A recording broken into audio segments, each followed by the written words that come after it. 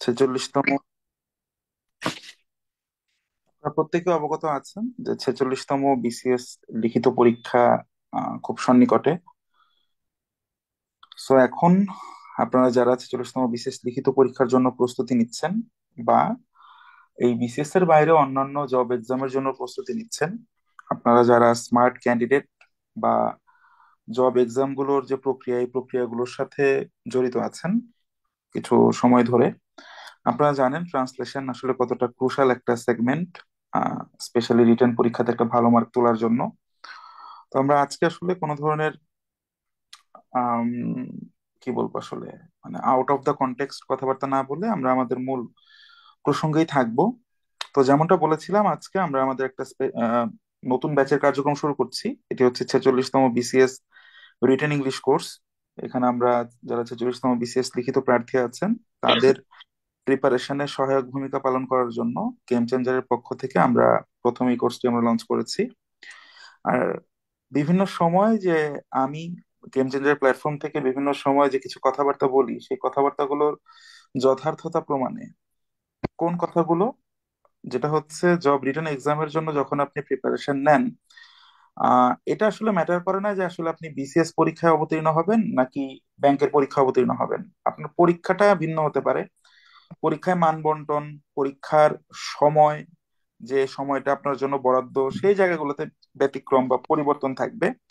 আর একটা কন্টেন্টের উত্তর করার কৌশলগুলো আসলে মোরলেস সব জায়গায় সিমিলার থাকে।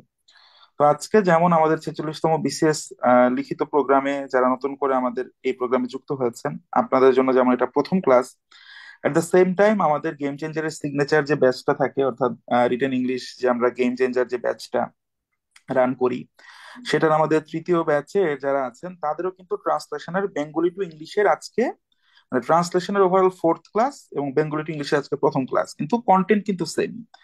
আমি প্রথম ক্লাস যখন ট্রান্সলেশন নেই যে কোনো ব্যাচে, সেই ব্যাচ, মানে সেই ক্লাসে আমি বলি যে আসলে আপনাকে যদি এর পরবর্তীতে আমি 50টা 60টা ক্লাসও নেই, যেটা হবে আমাদের প্র্যাকটিসে বিভিন্ন ভিন্ন মাত্রার প্রবলেম গুলোকে আমরা যুক্ত করে আমাদের আসলে সক্ষমতার প্রমাণটা আমরা নেওয়ার চেষ্টা করব। আহ এছাড়া কোর যে কনসেপ্টটুকু আমি আপনাদের প্রথম দিন শেখাবো, যারা আজকে নতুন ব্যাচে প্রথম ক্লাস করছেন, আপনাদের আজকে আমি যেটা শেখাবো, এইটার উপরই আসলে আমরা আপকামিং আরো সেশন গুলোর উপরে আসলে আমল করব বা প্র্যাকটিস করার চেষ্টা করব বারবার। ব্যাংক এবং বিসিএস এর ট্রান্সলেশনে গুণগত কোনো পার্থক্য থাকে না। আমরা যদি বলি কিছুটা পরিমাণগত পার্থক্য থাকে। কোন সেন্সে? সাধারণত ব্যাংক লিখিত পরীক্ষাতে একটা ট্রান্সলেশনের যে লেন্থটা থাকে, বিসিএস লিখিত পরীক্ষাতে সেই লেন্থটা কিছুটা তুলনামূলক একটু বড় হয়। এটাই হচ্ছে অ্যাকচুয়াল পার্থক্য, এছাড়া ট্রান্সলেশনে কোনো পার্থক্য নাই। আর বরাদ্দকৃত নাম্বারের উপর একটা পার্থক্য থাকে। বিসিএস এ আমরা দেখি অনুবাদে অংশের উপর 25 মার্ক করে থাকে, আর ব্যাংকের ক্ষেত্রে থাকে সাধারণত 20 নাম্বার।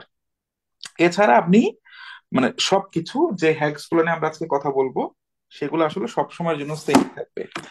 প্রথমে আপনাদের একটা ডিসক্লেমার দিয়ে নিচ্ছি, আপনারা যারা অনেক নানান রকমের নিয়ম কানুনের বাগাড়ম্বর করে বা দেখে আপনারা ট্রান্সলেশন প্র্যাকটিস করতে চান, তাদের জন্য গেম চেঞ্জার প্ল্যাটফর্মটা উপযোগী না। কারণ আমি প্রথমে আপনাদেরকে যে বিষয়টা আগে আপনাদের ব্রেনে ঢোকাতে চেষ্টা করব, সেটা হচ্ছে আপনি একজন জব প্রার্থী। সো আপনার টার্গেট হচ্ছে এই জব পরীক্ষাটায়, অর্থাৎ এই রিক্রুটমেন্ট টেস্টের একটা ধাপ, লিখিত পরীক্ষা। এই লিখিত পরীক্ষার ট্রান্সলেশন অংশের উত্তর করার সময় আপনার টার্গেট হচ্ছে এই অংশে বরাদ্দকৃত যে মোট নাম্বার, ওই মোট নাম্বারের মধ্য থেকে এমন একটা নাম্বার পাওয়া যাতে করে ওই প্রাপ্ত নাম্বারটা আপনাকে একটা ভালো মার্ক পেতে, প্রিফারেবলি জবটা পেতে হেল্প করে। আপনি কোনোভাবেই কোনো একটা প্রফেশনাল ট্রান্সলেটর হচ্ছেন না, আপনাকে প্রফেশনাল ট্রান্সলেটর বানানো আলটিমেট আমাদের কোনো পারপাস না। এটা আপনাকে আগে মাথায় নিতে হবে। তাহলে আপনি ট্রেইলটা মিস করবেন, আপনি মূল জায়গাটা আপনি মিস করবেন, ঠিক আছে? এটা মাথায় নেওয়া যাবে, মানে ফার্স্টে মাথায় রাখতে হবে যে আপনার উদ্দেশ্যটা কি। আমি যদি বিসিএস এর কথা বলি, বিসিএস এর ট্রান্সলেশন অংশে আমাদের জন্য 25 মার্ক বরাদ্দ আছে। আমাদের টার্গেট হচ্ছে এখানে মিনিমাম 18 থেকে শুরু করে ম্যাক্সিমাম 22, এই রেঞ্জের মধ্যে একটা মার্ক তোলা, এটা হচ্ছে আমাদের টার্গেট। ব্যাংকের কথা যদি বলি, আমাদের টার্গেট 20-এর মধ্যে মোটামুটি 14+ মার্ক যাতে আমরা তুলতে পারি, এরকম একটা টার্গেট আমি সবসময় সেট করতে বলি। অনুবাদ করার সময় আমি আপনাদেরকে আসলে যে নিয়মে অনুবাদ করা শেখাবো সেটা হচ্ছে কোনো নিয়ম ব্যতীত, অর্থাৎ আমরা অনুবাদের কোনো নিয়ম মূলত শিখবো না। আমরা কি দেখবো? আমরা এমন কিছু জিনিস শেখার চেষ্টা করব যে জিনিসগুলো একজন প্রার্থী পরীক্ষার হলে গিয়ে প্রয়োগ করতে পারবে নির্ধারিত সময়ের প্রতিবন্ধকতার মধ্যে, এবং এট দ্য সেম টাইম সে একটা ভালো মার্ক ক্যারি করে আনতে পারবে। তো সেই ক্ষেত্রে আমি প্রত্যেকটা ক্লাস, আপনারা যারা এখন প্রত্যেকটা ক্লাসে আমি একটা কথা আপনাদেরকে মনে করিয়ে দিব, স্মরণ করিয়ে দিব, যেটা আমি এখন এখানে বলছি। ফার্স্ট অফ অল, ট্রান্সলেশন একটা ভালো মার্ক পাওয়ার জন্য আপনার যেটা করণীয়, আপনার অনুবাদটার মধ্যে দুটো গুণকে আগে আপনার নিশ্চিত করতে হবে, যে আপনার অনুবাদের মধ্যে দুটো কোয়ালিটি আছে। সেই কোয়ালিটি দুটো কি?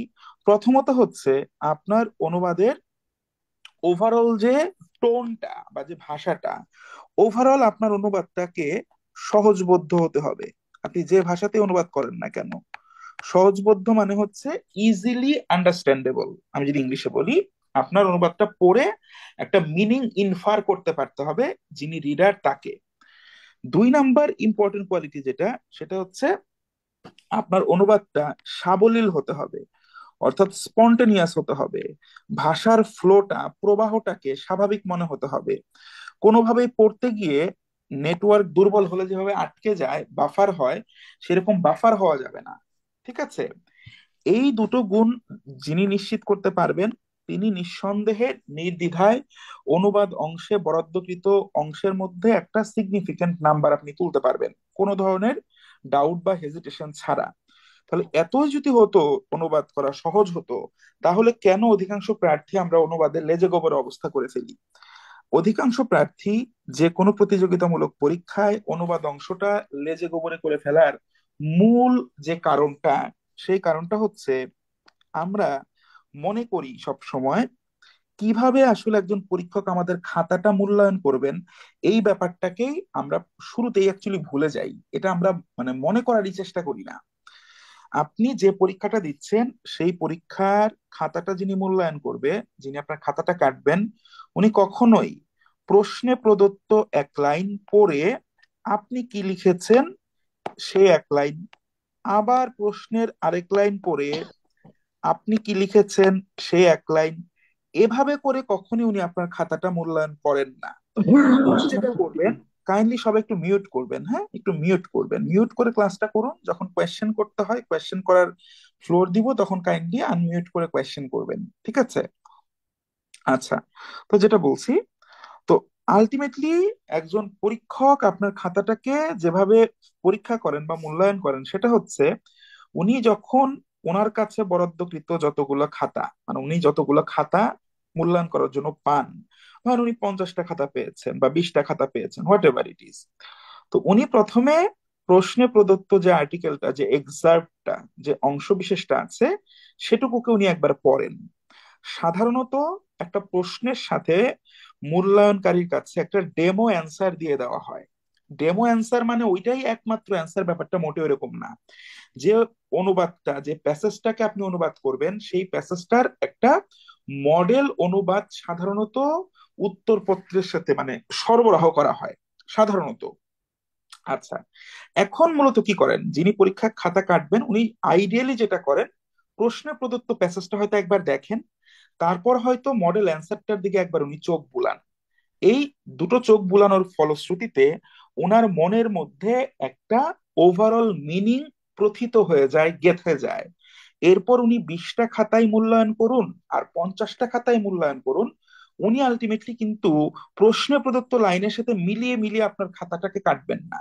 উনি আপনার সম্পূর্ণ লেখাটাকে পড়বেন, এবং ওই সম্পূর্ণ লেখাটা পড়ার পরে উনি দেখবেন, উনি যে মডেল অ্যান্সারটা দেখেছেন বা প্রশ্নে প্রদত্ত প্যাসেজটাকে যখন উনি ওনার মতো করে পড়েছেন, উনি যে মূল ভাবটুকুকে বুঝতে পেরেছেন, আপনার লেখার মধ্যে সেই মূল ভাবটুকু এসেছে কিনা, অর্থাৎ আপনার এই অনুবাদটা সহজবোধ্য কিনা।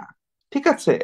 সেকেন্ড অফ অল, যেটা আপনি যে ভাষাটাই লিখেছেন, ধরেন ইংরেজি থেকে বাংলা, তার মানে আপনি লিখেছেন বাংলা, আপনার সম্পূর্ণ বাংলা লেখাটুকুকে এককভাবে একটা বাংলা লেখাই মনে হচ্ছে কিনা, অর্থাৎ আপনার লেখার সাবলীলতাটা আছে কিনা।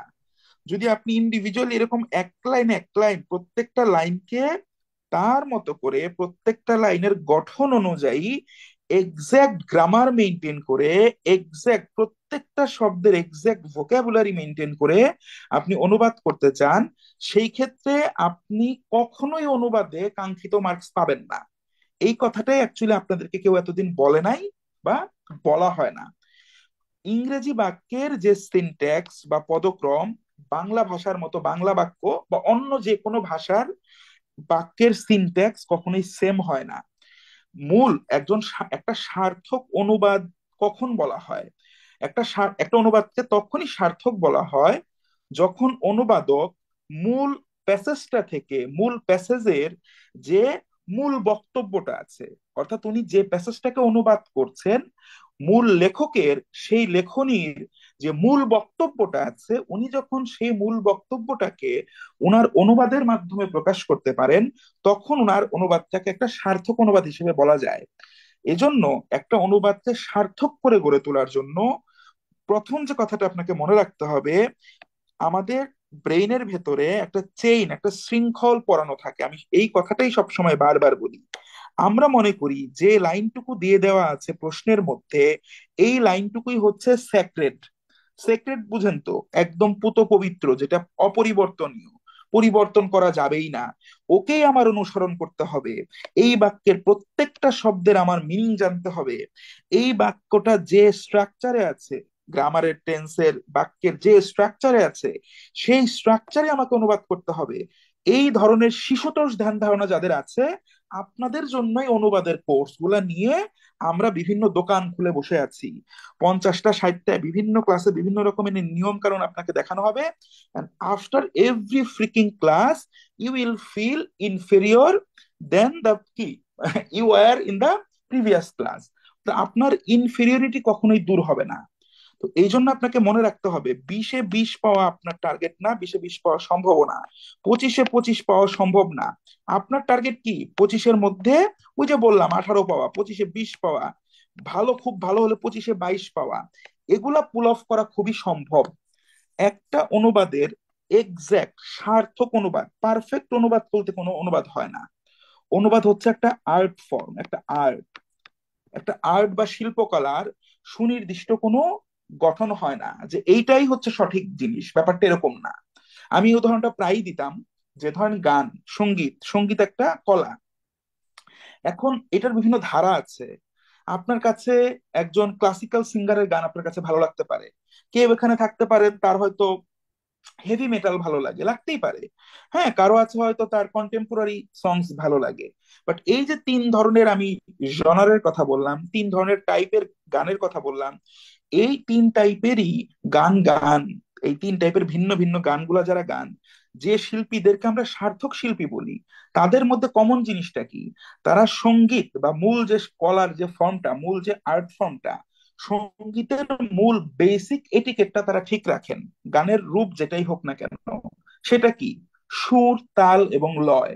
অনুবাদ ঠিক একই রকম ভাবে একটা আর্ট ফর্ম। এই আর্ট ফর্মে সুনির্দিষ্ট, পারফেক্ট, পরিশুদ্ধ, শতভাগ শুদ্ধ কোনো রূপ হয় না। একই রূপ, মানে হচ্ছে ভিন্ন ভিন্ন রূপ একই রকম মার্কস পেতে পারে। ঠিক একই রকম ভাবে অনুবাদের ক্ষেত্রে আমরা কখনোই সেই ক্লাসের সেই কি, আমি যেটা বললাম, পাপা কি পারি হওয়ার চেষ্টা আমরা করব না, ঠিক আছে? সেই মাকা লাডলা হওয়ার চেষ্টা আমরা করব না, যে প্রত্যেকটা লাইনকে এক্সাক্ট স্ট্রাকচার মেনে আমাকে অনুবাদ করতে হবে। এই ধ্যান ধারণাটা আপনাকে প্রথমত বিসর্জন দিতে হবে। এইটা যতক্ষণ আপনার ব্রেনে থাকবে, এই জিনিসটা যতক্ষণ আপনার ব্রেনে শৃঙ্খল বা শেকল পরিয়ে রাখবে, ততদিন আপনার অনুবাদ নামক এই ট্রমা থেকে আপনার মুক্তি নাই, নাই, নাই। তাহলে এটাকে সবার আগে আপনাকে ঝেড়ে ফেলতে হবে। তাহলে আমি কি বলতে চাচ্ছি? আমি যেটা বলতে চাচ্ছি, আমরা কাঙ্ক্ষিত যে প্যাসেজ প্যারাগ্রাফটুকুকে অনুবাদ করব। আবার কে যেন আনমিউট হয়ে গিয়েছেন, কাইন্ডলি একটু মিউট করবেন, ঠিক আছে? আমি আমার টিমমেটদেরকে বলবো আপনারা কাইন্ডলি একটু ক্লাসে জয়েন থাকেন, হোস্ট হিসেবে থেকে যারা নয়েজ পলিউশন করছেন তাদেরকে একটু কাইন্ডলি মিউট করে দিবেন, যেহেতু আমি স্ক্রিন শেয়ার করে ক্লাস নিচ্ছি। এটা আমার পক্ষে মেনটেন করা একটু ডিফিকাল্ট, ওকে? আচ্ছা, তো যেটা বলার চেষ্টা করছি, আহ এখানে আপনাকে যেটা নিশ্চিত করতে হচ্ছে যে আমি এক্সাক্ট স্ট্রাকচার অবশ্যই মেনটেন করবো না। অনেকের এটা প্রশ্ন থাকতো যে এক্সাক্ট স্ট্রাকচার মেনটেন করতে হবে কিনা। না, না, না। বরঞ্চ আপনি যদি এক্সাক্ট স্ট্রাকচার মেনটেন করেন, প্রত্যেকটা শব্দের এক্সাক্ট ভোকাবুলারি মিনিং আপনি লিখতে চান, তখন আপনার অনুবাদটা হয়ে যাবে খুবই ক্লিশে, খুবই সাবলীলতা বিবর্জিত, এবং কোনোভাবেই সেটা সহজবোধ্য হবে না, ঠিক আছে? কারণ একটা ভাষায় বা একটা বাক্যে একটা শব্দ, পার্টিকুলার শব্দ, ওই শব্দটা যখন আইসোলেটেড থাকে, আলাদা থাকে কোথাও, ধরেন আমি বললাম ইস্যু, এই ইস্যু শব্দটা যখন আইসোলেটেড মানে একা আছে, তখন ইস্যু মানে কি আপনি বলবেন বিষয়। এখন এই ইস্যু শব্দটা ধরেন আমি বললাম যে I am facing some financial issues, I am facing some financial issues. দেখেন, এই যে আমি যে বাক্যটা বললাম I am facing some financial issues, এই বাক্যের মধ্যে ইস্যুস শব্দটা কিন্তু বিষয় অর্থে, বাংলায় যদি চিন্তা করি বিষয় অর্থে ব্যবহৃত হয় নাই। আমি কিছু অর্থনৈতিক বিষয় ফেস করতেছি, মোকাবেলা করতেছি, ব্যাপারটা কিন্তু মোটেও এরকম না। দেখেন, ফেস, ফেস মানে চেহারা, ভার্ব হিসেবে যদি বলেন ফেস মানে মোকাবেলা করা, তাহলে এই যে ভার্বের রূপটা দিলাম, দেখেন একই বাক্যে I am facing some financial issues, তাহলে দেখেন এই লাইনটার অ্যাকচুয়াল মিনিংটা কি, আমি এই লাইনটা ইংরেজিতে বলে কি বোঝানোর চেষ্টা করছি, বোঝানোর চেষ্টা করছি যে আমি কিছু আর্থিক সমস্যার সম্মুখীন হচ্ছি, আমি কিছু আর্থিক সমস্যা মোকাবেলা করছি। ঠিক আছে, I am facing some financial issues, অর্থাৎ এখানে ইস্যুস শব্দটা যে জিনিস, প্রবলেমস শব্দটা দ্বারা যদি আমি ইস্যুসকে কথা কথা রিপ্লেসও করতাম, তাহলে ওই একই মিনিং আমি বাংলায় পেতাম। কিন্তু যখন ইংরেজিতে এই লাইনটাকেই বলতে হচ্ছে, ইস্যুস সাউন্ড মোর কি প্রফেশনাল, এটি হচ্ছে ব্যাপার। মানে আমি যে ব্যাপারটা বোঝানোর চেষ্টা করলাম, আপনি অনেক সময় অনুবাদ শেখার সময় ভোকাবুলারিটাকে যখন আপনি শিখছেন, আপনি একটা ভোকাবুলারি শিখছেন আইসোলেটেড ভাবে, একটা শব্দ একা একা আছে, ওর মিনিং কি, কিন্তু সে যখন একটা বাক্যের অভ্যন্তরে চলে যায়, বাক্যের কনটেক্সটের উপর ভিত্তি করে সে এক এক সময় এক এক রকম মিনিং দিতে পারে। দেখেন, আপনি একজন ব্যক্তি, আপনি এখন এখানে ক্লাস করছেন, এখানে কিন্তু ধরেন আপনি আমার স্টুডেন্ট, আমি আপনার মেন্টর। এখন আমি যদি আমাকে দিয়ে বলি, আমি যখন আপনার ক্লাস শেষ করে ধরেন আমার কোনো বন্ধুদের সাথে আড্ডা দিচ্ছি, ওখানে আমি হয়ে যাচ্ছি কি তাদের ফ্রেন্ড। তো আমি একই জিনিস, কিন্তু আমার রূপ কিন্তু পরিবর্তন হচ্ছে, ব্যাপারটা বুঝতে পেরেছেন? অর্থাৎ আমি এতগুলো কথা কেন বলছি, আপনাদের এই মাইন্ডসেটটাকে আগে ভাঙতে হবে। তাহলে যেটা আমরা কথা, আমরা অবশ্যই হুবহু স্ট্রাকচার ফলো করব না। ইনফ্যাক্ট হুবহু স্ট্রাকচার ফলো করাটাই আমাদের কিন্তু ট্রান্সলেশনে ভালো মার্ক পাওয়ার ক্ষেত্রে একটা বড় অন্তরায় হয়ে দাঁড়াবে। আমরা কি করব, এই যে আমাদের অনুবাদটাকে সহজবোধ্য, অর্থাৎ আন্ডারস্ট্যান্ডেবল ইজিলি আন্ডারস্ট্যান্ডেবল, হ্যাঁ, এবং সাবলীল অর্থাৎ স্পন্টেনিয়াস করার জন্য আমাদের যা যা করণীয় আমরা সেই কাজগুলো করব। আমাদের মূল উদ্দেশ্য কি, মূল উদ্দেশ্য হচ্ছে যে প্যারাগ্রাফটাকে, যে অনুচ্ছেদটাকে আমরা অনুবাদ করব, তার মূল ভাবটা যাতে আমরা বজায় রাখতে পারি। অর্থাৎ মেইন আইডিয়াটাকে ইনট্যাক্ট রাখতে হবে, এবং এই মেইন আইডিয়াটাকে ইনট্যাক্ট রাখতে হবে সহজবোধ্য ভাষায় সাবলীল ভাবে। সেটা করার জন্য প্রয়োজনে আমরা কি করব, কখনো কখনো একাধিক বাক্যের অনুবাদ যদি আমরা মনে করি, প্রদত্ত অনুচ্ছেদে বা প্রশ্নে হয়তো দুইটা বাক্য আছে, মানে আমরা যদি ফিল করি যে এই দুইটা বাক্যের মূল ভাবকে একটা লাইনে আমি প্রকাশ করে দিতে পারি আমার অনুবাদের ভাষায়, এবং তাহলে এটা সাবলীল হয়, একদম কংক্রিট হয়, তাহলে আমরা সেই পরিবর্তনটা করব। কখনো কখনো এমন হবে, অনুবাদে মানে অনুচ্ছেদে বা প্রশ্নে প্রদত্ত একটা লাইন অনেক বড়, ওই লাইনটাকে আমরা যে ভাষায় নিতে চাচ্ছি অনুবাদ করতে গেলে আমরা খেই হারিয়ে ফেলছি, প্রয়োজনে একটা লাইনকে আমরা ভেঙে একাধিক লাইন করব। এটা 2 লাইন হইতে পারে, ইফ নিডেড এটা 3 লাইনও হতে পারে। আমরা এই ধরনের পরিবর্তন করব, একাধিক লাইনকে একীভূত করব, এক লাইনকে ভেঙে একাধিক লাইনে পরিণত করব। আবার আমরা যেটা করব, কিছু শব্দকে, একটা লাইন আমি পুরোপুরি বুঝতেছি যে এই লাইনটা পড়ে একটা পজিটিভ কিছু বলা হয়েছে, বাংলাদেশের অর্থনীতির একটা ক্যাচাল নিয়ে কথা বলা হয়েছে, একটা সমস্যা নিয়ে কথা বলা হয়েছে। এখন এই লাইনটার মধ্যে একটা পার্টিকুলার শব্দ আছে, এই শব্দের মিনিং আমি জানি না। হ্যাঁ, তো এই শব্দের অজানা কোনো মানে একদম মানে কি বলবো, আক্ষরিক কোন অনুবাদ জেনে বা কাছাকাছি মানে কি এই শব্দটার একটা অর্থ লিখতেই হবে, এই বোঝা আমাদের ব্রেনে নেওয়া যাবে না। বরঞ্চ এই লাইনের মূল ভাবটা বজায় রাখার জন্য প্রয়োজনে এই শব্দজনিত যে অংশটা আছে, ধরেন আছে এক্স এন্ড ওয়াই, কোন বাক্যের মধ্যে এরকম দুইটা জিনিস বলা আছে, কোন বাক্যের মধ্যে, আমি একটা উদাহরণ দিচ্ছি, এক্স এন্ড ওয়াই অমুক অমুক অমুক। এখন আপনি এক্স এর মিনিং জানেন কিন্তু ওয়াই এর মিনিং জানেন না, ঠিক আছে, ওয়াই অংশটুকুর মিনিং জানেন না, আপনি ওয়াই টুকুকে স্কিপ করে যান, বাদ দিয়ে যান, আপনি শুধু এক্স সম্পর্কেই বলেন। অর্থাৎ আপনাকে দুইটা টপিক সম্পর্কেই বলতে হবে, ইটস নট নেসেসারি আপনি একটা টপিক সম্পর্কে বলেন।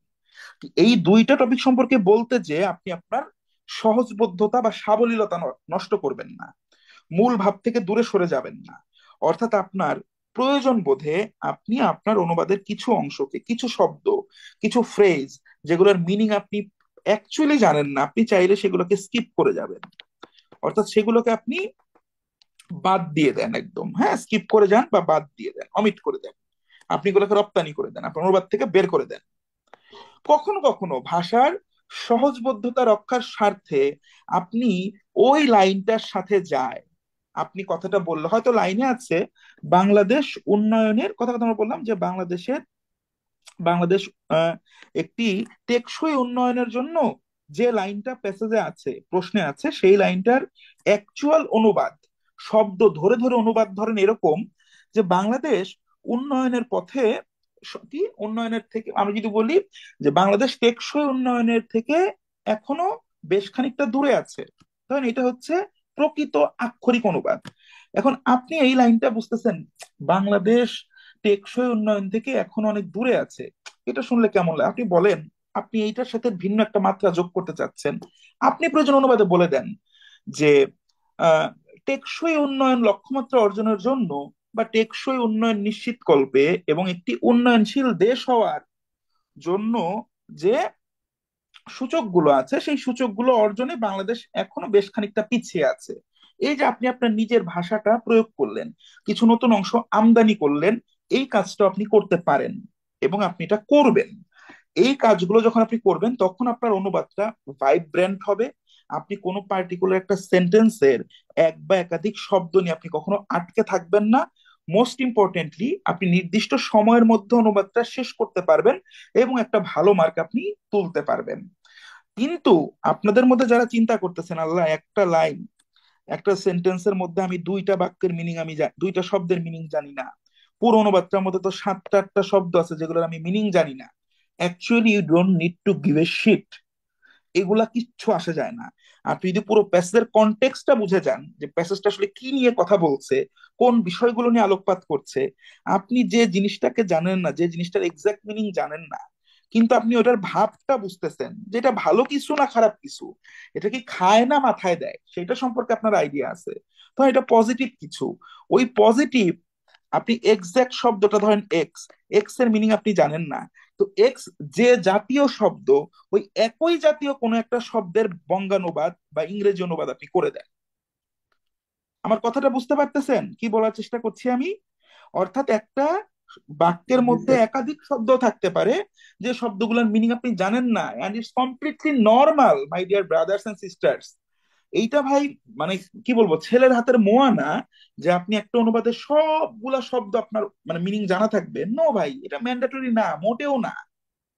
হ্যাঁ, একটা বাক্য বাংলায় অনেক বড় বাক্য, এই আচ্ছা পুরো স্যার। বাক্য, পুরো বাক্যটাকে একটা সেন্টেন্সের মধ্যে আপনাকে কম্প্রেস করতে হবে, এই ধরনের ধ্যান ধারণা থেকে আপনি বের হয়ে আসেন।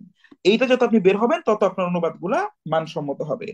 আমরা আজকের ক্লাস থেকে, আজকে তো ইনিশিয়াল সেশন, আজকের ক্লাস থেকে আমরা এই প্র্যাকটিস গুলাই আমরা আসলে করার চেষ্টা করব। আমরা কোনো নিয়ম কানুনের বালাই আসলে আমরা ধার আসলে ধারবো না, ঠিক আছে? কারণ আগেই বলেছি ভাই, এই জিনিসগুলাকে প্রয়োগ করেই ব্যক্তিগতভাবে আমার ক্রেডিবিলিটি কি, আমি ভাই বিসিএস ক্যাডার হয়েছি ভাই, আমি এভাবেই হয়েছি। হ্যাঁ, আমি বিভিন্ন ব্যাংকে 7 8 বার আমি সিলেক্টেড হয়েছি, আমি এভাবে অনুবাদ করেই হয়েছি। এবং যারা অনুবাদের, যারা আপনি দেখবেন, আপনি যদি যারা ইন্টারন্যাশনাল কোচ আছেন তাদের যদি কোনো আপনি কিছু সেশন দেখেন, তাদের যদি কোনো লেখা পড়েন যে একটা অনুবাদের মধ্যে আসলে কি থাকতে হবে, এই ব্যাপারগুলো আপনি দেখবেন যে থাকতেছে। এখন আর আপনার মানে কমন সেন্স ব্যবহার করতে হবে যে আরে ভাই, আমি তো অনুবাদটা করবো কতক্ষণের মধ্যে, ব্যাংকের পরীক্ষা হলে 20 মার্কের অনুবাদ আমি করব কথার কথা 12 মিনিটে, বিসিএস এর পরীক্ষা হলে 25 মার্কের অনুবাদটা করার জন্য ম্যাক্সিমাম সময় আপনার কাছে আছে 30 মিনিট। তা আপনাকে চেষ্টা করতে হবে অনুবাদটা 25 মিনিটের অনুবাদ 25 মিনিটেই করতে বা 20 মিনিটেই করতে, যাতে আপনি ফোকাস রাইটিং আর একটু সময় বেশি দিতে পারেন, যাতে আপনি রিডিং কম্প্রিহেনশনের কোয়েশ্চেন অ্যান্সারে আর একটু বেশি সময় দিতে পারেন। কারণ রিডিং কম্প্রিহেনশন নিয়ে আমরা পড়বো বিসিএস স্ট্যান্ডার্ড যখন, রিডিং কম্প্রিহেনশনের কোয়েশ্চেন অ্যান্সারটা ভালো মতো পারা মানেই হচ্ছে রিডিং কম্প্রিহেনশনের সামারির কোমর ভেঙে দেওয়া। রিডিং কম্প্রিহেনশনে আপনার ওই আপনি যে লেটার লিখবেন টু দ্য এডিটর, ওগুলার কোমর ভেঙে দেওয়া, হ্যাঁ। তো এইটা হচ্ছে আমাদের মূল বিষয়, যে বিষয়গুলোকে মনে রাখতে হবে। এবং আমরা অনুবাদের ক্লাস, যেদিনই আমরা অনুবাদের ক্লাস করব, আমরা ওই দিনেরই একটা প্রাসঙ্গিক কন্টেন্টকে নিয়ে আমরা অনুবাদটাকে প্র্যাকটিস করব। হ্যাঁ, ওই বিগত বিসিএস এর প্রশ্ন, ব্যাংকের প্রশ্ন, মানে এইটার সাথে আমি অ্যাকচুয়ালি মানে একমত না। যেমন আজকে আমরা যে অনুবাদটা করব, আজকের অনুবাদটা আমরা আজকেরই বাংলাদেশের একটা বহুল প্রচলিত, মতান্তরে সর্বাধিক প্রচলিত একটা পত্রিকার একটা মতামত অংশে বেশ স্বনামধন্য একজন ক্রিটিক আছেন বা বিশ্লেষক আছেন বাংলাদেশে, ওনার একটা লেখা, এই লেখাটা বাংলাতেই প্রকাশ হয়েছে। আমরা ইংরেজিতে নেওয়ার চেষ্টা করব, কনসিডার করব, চিন্তা করব যে এই প্রশ্নটা আমাদের পরীক্ষাতে এসেছে, এবং এরপর থেকে আমরা যতগুলো ক্লাসই করব, যেদিনের ক্লাস, যে অনুবাদের প্র্যাকটিস, আমরা সেই দিনেরই কোনো একটা লেখাকে নিয়ে অনুবাদটা করার চেষ্টা করব। হ্যাঁ, যাতে করে আমাদের একটা কি রিয়েল টাইম একটা প্র্যাকটিস, কন্টেক্সচুয়াল প্র্যাকটিস, এবং আমরা প্রাসঙ্গিক থাকতে পারি। এবং আমি পরের ক্লাস থেকে আপনাদেরকে দেখাবো আমরা কিভাবে আমাদের অনুবাদের প্র্যাকটিসটাই অ্যাকচুয়ালি আমাদের ফোকাস রাইটিং এর প্র্যাকটিস, আবার এইটাই কিভাবে আমাদের রিডিং কম্প্রিহেনশনের জন্য কন্টেন্ট ডেভেলপমেন্টে হেল্প করতে পারে। শুরুর দিকে আইডিয়া জেনারেশনের ক্লাস নিলে অনেকে ভাববেন এখানে এই কোর্স শুধু গল্প করবো, ব্যাপারটা এরকম না। এই জন্য আগে অনুবাদ নিয়ে একটু ক্লাস নিয়ে নেই, নিয়ে দেন আমরা ধীরে ধীরে অন্যান্য কন্টেক্সটে আমরা যাব। ঠিক আছে, আর এর মাঝখানে একটা ঘোষণা দিয়ে নিই, আমাদের যে এক্সাম ব্যাচ, আপনাদের কে অনেক ধন্যবাদ। কালকে থেকে আমরা যে এক্সাম ব্যাচটা শুরু করব, আমাদের প্রথম যে এক্সাম ব্যাচ আমরা মোটামুটি কমপ্লিটলি ফুল, মোটামুটি না completely full, we are completely occupied. এবং হোপফুলি আমাদের মানে এই এক্সাম ব্যাচটা ক্লোজ, আর কি এক্সাম ব্যাচে আমাদের যে অকুপেন্সি ছিল 40, আমরা যেটা বলেছিলাম ওইটা কমপ্লিটলি ফুলফিল। এবং আপনাদের এই রেসপন্সে আমরা বেশ খুশি এবং আমরা বেশ ডিলাইটেড। এবং কালকে থেকে তো ওই এক্সাম ব্যাচের পরীক্ষাটা শুরু হবে, যেহেতু প্রত্যেকটা খাতা আমি মূল্যায়ন করব, তো এর মধ্যে যারা ভর্তি হয়ে গেছেন গ্রেট, আর যারা হননি, যদি চিন্তা করেন পরবর্তী পরীক্ষা দিবেন, হয়তো আগামী মাসে আমরা আমাদের পরবর্তী এক্সাম ব্যাচটা আনবো। এনিওয়েজ আসেন, তো ফার্স্ট অফ অল এটা আমার মানে জায়গা থেকে একটা থ্যাংক ইউ আর কি আপনাদের জন্য। হ্যাঁ, এনিওয়েজ আসেন, তো আমরা মূল আলোচনাটা শুরু করছি। তাহলে এখানে লাস্ট 1 মিনিট কথা বলে আমরা আমাদের অনুবাদে চলে যাচ্ছি। তাহলে পরীক্ষার প্রশ্নটা এর মধ্যে আমাদের অনুবাদ আছে, তাহলে আমরা সলিউশনের প্রসেসটার মধ্যে কিভাবে যাব? আমাদের কাজ হচ্ছে, প্রথম কথা হচ্ছে, আমরা প্রশ্নটা হাতে নিয়েই অনুবাদ শুরু করা যাবে না। আমরা ফার্স্টে যেটা করব, পুরো প্যাসেজটাকে, পুরো অনুচ্ছেদটাকে একবার আমরা গো থ্রু করবো, অর্থাৎ আমরা একবার রিডিং করব। এক্ষেত্রে আমাদের 1 মিনিট, প্রয়োজনে 1 মিনিটের জায়গায় 1.5 মিনিট বা 2 মিনিট সময় যদি আমাদের ব্যয় হয়, হবে। আমরা ফার্স্টে পুরো প্যাসেজটাকে পড়বো। কেন প্যাসেজটাকে পড়বো? যাতে সম্পূর্ণ প্যাসেজটা অ্যাকচুয়ালি কোন বিষয়টা নিয়ে ডিল করছে, কোন বিষয়টা নিয়ে কথা বলছে, সেটা যাতে আমরা বুঝতে পারি। এই জন্য আমাদের এই ব্যাপারটাকে নিশ্চিত করতে হবে। ওকে, আগে পুরো প্যাসেজটাকে আমরা পড়বো, পড়ে দেন আমরা ইন্ডিভিজুয়ালি এতক্ষণ ধরে যে কৌশলগুলোর কথা বললাম, এই কৌশলগুলোকে আমরা প্র্যাকটিস করার চেষ্টা করব। আসেন আমরা একটু তাহলে দেখার চেষ্টা করি। একটা প্যাসেজ আছে, এটা হচ্ছে আমাদের আজকের প্যাসেজ। বর্তমান সময়ের সাথে অনেক প্রাসঙ্গিক, বিভিন্ন জায়গায় বাংলাদেশ অ্যাফেয়ার্স, ইন্টারন্যাশনাল অ্যাফেয়ার্স বলেন, রচনা বলেন, বিভিন্ন জায়গায় লিখতে হতে পারে। কোনো হার্শ বক্তব্য নেই, কিন্তু রিয়েল রিয়েলিটি বা ফ্যাক্টস গুলো এখানে তুলে ধরা হয়েছে। আসুন আমরা দেখার চেষ্টা করি। বাংলাদেশ ও ভারতের মধ্যে সম্পর্ক একটি বিশেষ গুরুত্ববাহী ও বহুমুখী বিষয়, যা দুই দেশের ইতিহাস, ভূগোল ও সংস্কৃতির গভীর যোগসূত্রে প্রথিত। বাই দ্য ওয়ে, লাইনটা আমি আবার বলছি, এটা কিন্তু আমার তৈরি করা না। আজকের দিনে, যেদিন আমি ক্লাসটা নিচ্ছি, অর্থাৎ 10ই ডিসেম্বর 2024 সাল, আজকের দিনে বাংলাদেশের বহুল প্রচলিত একটি দৈনিক পত্রিকার মতামত অংশে এই নিউজটা প্রকাশ হয়েছে। সেখানকার একটা অংশ আমরা নিয়েছি, দুটো প্যারা আমরা নিয়েছি, সেটাকে দিয়ে আমরা আমাদের প্র্যাকটিসটা করছি। তো বাংলাদেশ ও ভারতের মধ্যে সম্পর্ক একটি বিশেষ গুরুত্ববাহী ও বহুমুখী বিষয়, যা দুই দেশের ইতিহাস, ভূগোল ও সংস্কৃতির গভীর যোগসূত্রে প্রথিত। ঐতিহাসিকভাবে এ সম্পর্ক বহু চড়াই উতরাই পেরিয়ে এসেছে।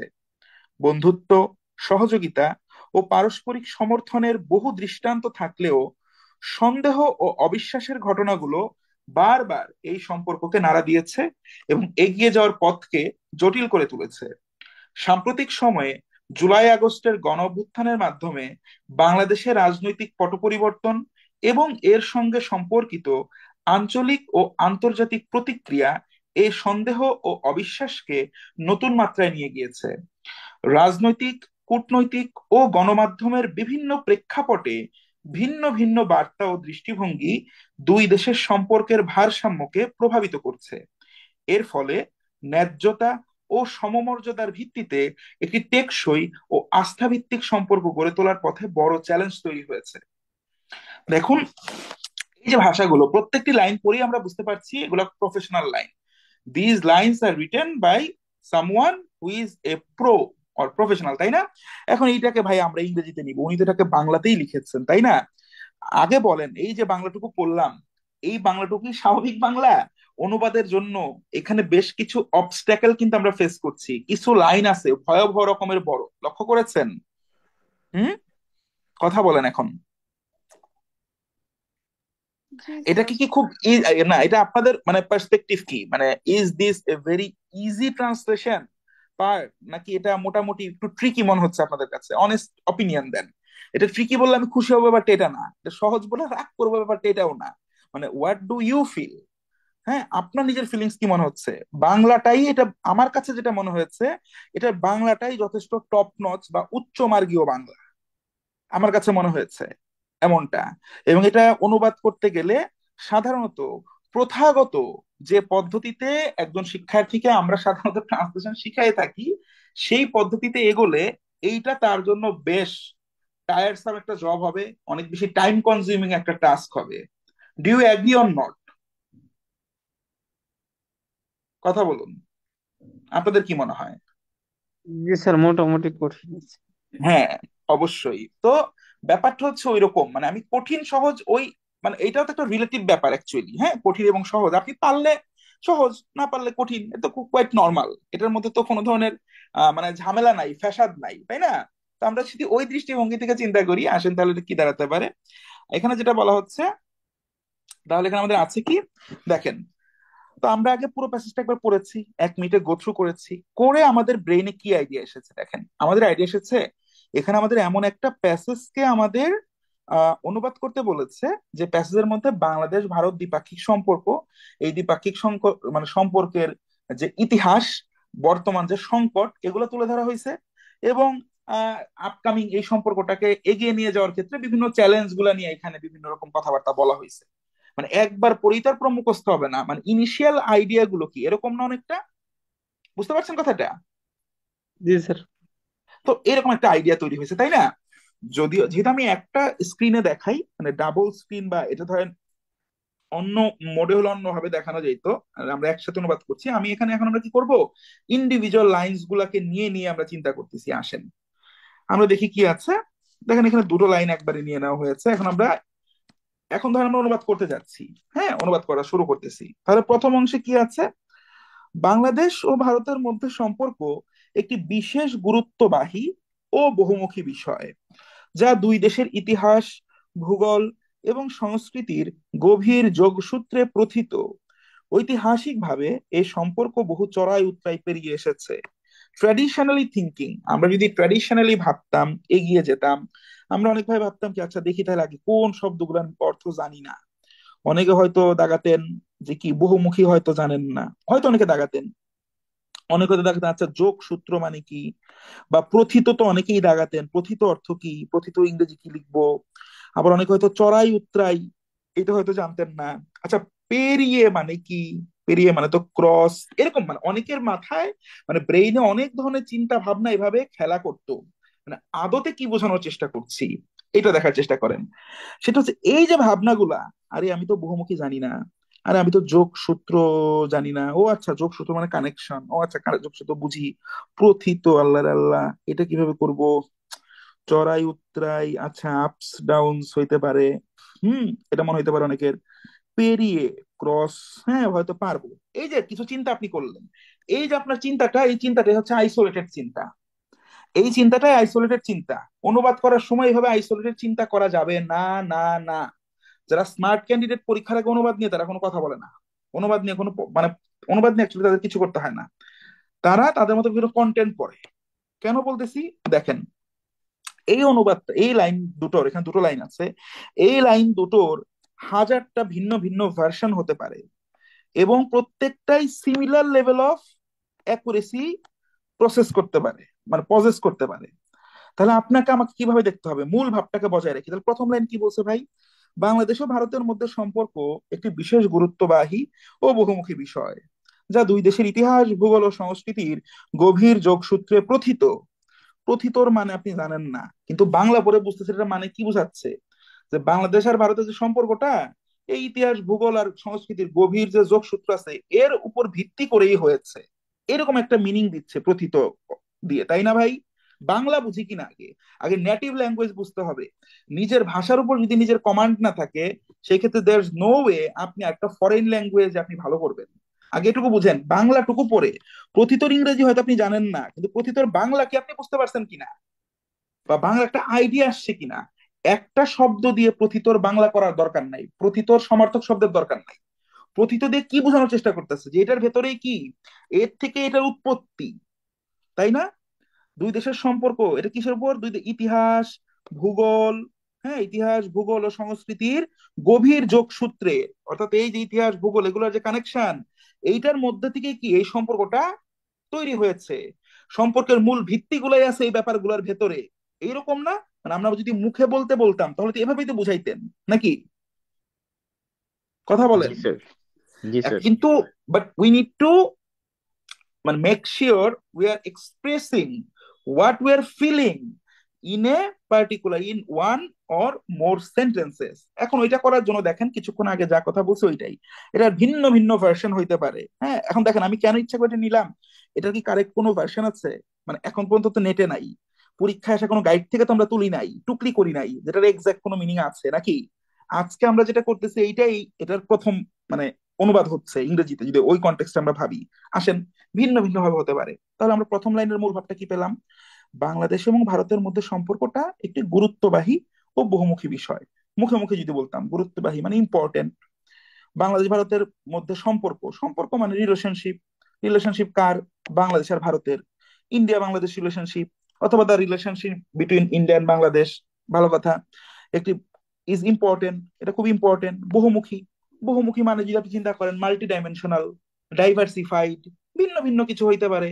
আপনার বহুমুখী মনে নাই, বহুমুখীর আপনার কোনো ইংরেজি মনে আসতেছে না, বহুমুখী চিন্তা করাই বাদ দিয়ে দেন। গুরুত্ববাহী, ইম্পর্টেন্ট, শুধু এটাকে আমলে নেন। ওই যে এক্স অ্যান্ড ওয়াই দিয়ে যে কথাটা বলছিলাম, মনে আছে? মনে আছে, কিছুক্ষণ আগে বলেছি, প্যারা খাওয়া যাবে না। একটা জি স্যার মনে শব্দের, আছে। একটা শব্দের মিনিং আপনি জানেন না, ওখানে আটকে থেকে স্টার্টার করা যাবে না, ওখানে ইম্পসিবল, এই কাজ করাই যাবে না। হ্যাঁ, তাহলে আমরা যখন অনুবাদটা করবো একটা লাইনের মূল ভাবটা আগে আমরা আমাদের মাতৃভাষায় বোঝার চেষ্টা করব, দেন এই লাইনটাকে জাস্ট আমরা একটা গাইডলাইন হিসেবে নিব। গাইডলাইন, এই লাইনটাকে হুবহু ফলো করতে গেলে আমাদের ঝামেলা হবে। তাহলে আমরা এখানে দেখতেছি এখানে দুইটা জিনিস। প্রথম অংশে বলা হয়েছে বাংলাদেশ ভারতের সম্পর্ক হচ্ছে এটা খুব গুরুত্বপূর্ণ আর একটা বহুমুখী বিষয়।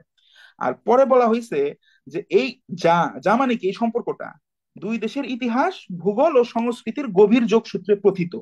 অর্থাৎ এই সম্পর্কটা দুই দেশের হিস্টোরি, জিওগ্রাফি আর কালচার, যদি আমরা ভেঙে ভেঙে বলি, এই কালচার এদের মধ্যে যে কানেকশন আছে, এই কানেকশনের উপর ভিত্তি করে হচ্ছে এই সম্পর্কগুলো তৈরি। এখন দেখেন, আমি এই গাইডলাইন নিয়ে ফেলছি। এখন প্রিফারেবলি আমার যেটা কৌশল ছিল, এই লাইনের দিকে আমি আর ওভাবে এত গভীর দৃষ্টিতে তাকাতামই না, মুগ্ধ নয়নে তাকাতাম না, আমার ব্রেনে মেসেজ চলে গেছে। তাহলে প্রথম কাজ কি, আমি এভাবে শুরু করতে পারি। দেখেন, কোনো নিয়ম কানুনের দরকার নাই, আপনি বিভিন্ন ভাবে শুরু করতে পারেন। ফার্স্ট ভার্সন, প্রথম একটা অ্যাটেম্প্ট আমরা নেই, ঠিক আছে? তো রিলেশনশিপ, দেখেন আগে তো relationship between between Bangladesh and India is very important and multi dimensional. আমি প্রথম অংশটুকু, প্রথম বাক্যের প্রথম অংশটুকু, আমি ভাই এক লাইনের ভিতরে এত আলাপ নিয়ে আমি এত পেঁচাইতে পারবো না। একটা ইংরেজি বাক্যে আপনি যত বেশি অংশ কথা বলতে যাবেন তত আপনি বেশি গ্রামাটিক্যাল মার প্যাচে পড়বেন।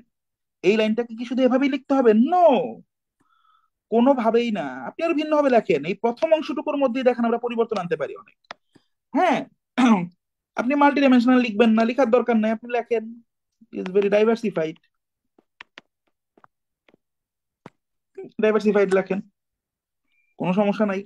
আপনি যদি আরো আপনি লিখতে, বিভিন্ন ধরনের শব্দ আপনি লিখতে পারেন। হ্যাঁ, দেখেন, the relationship between Bangladesh and India is very important and multi dimensional, অথবা এন্ড ডাইভার্সিফাইড, অথবা আপনি বলতে পারেন ইজ ভেরি ইম্পর্টেন্ট, এটুকু আপনি রেখে দিতে পারেন।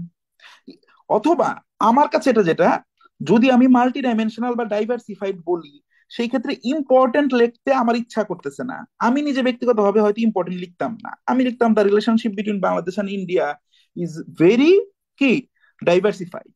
Is very diversified. হ্যাঁ, আপনার যদি মনে হয় না আপনি এভাবে লিখবেন, এটার ভার্সন 2, দা ইন্দো বাংলাদেশ, আপনি এভাবে যদি লিখতে চান কোনো সমস্যা নাই। মানে আপনার ব্রেনে তখন এটা চলে আসছে, the Indo Bangladesh relationship. The Indo Bangladesh relationship is very crucial.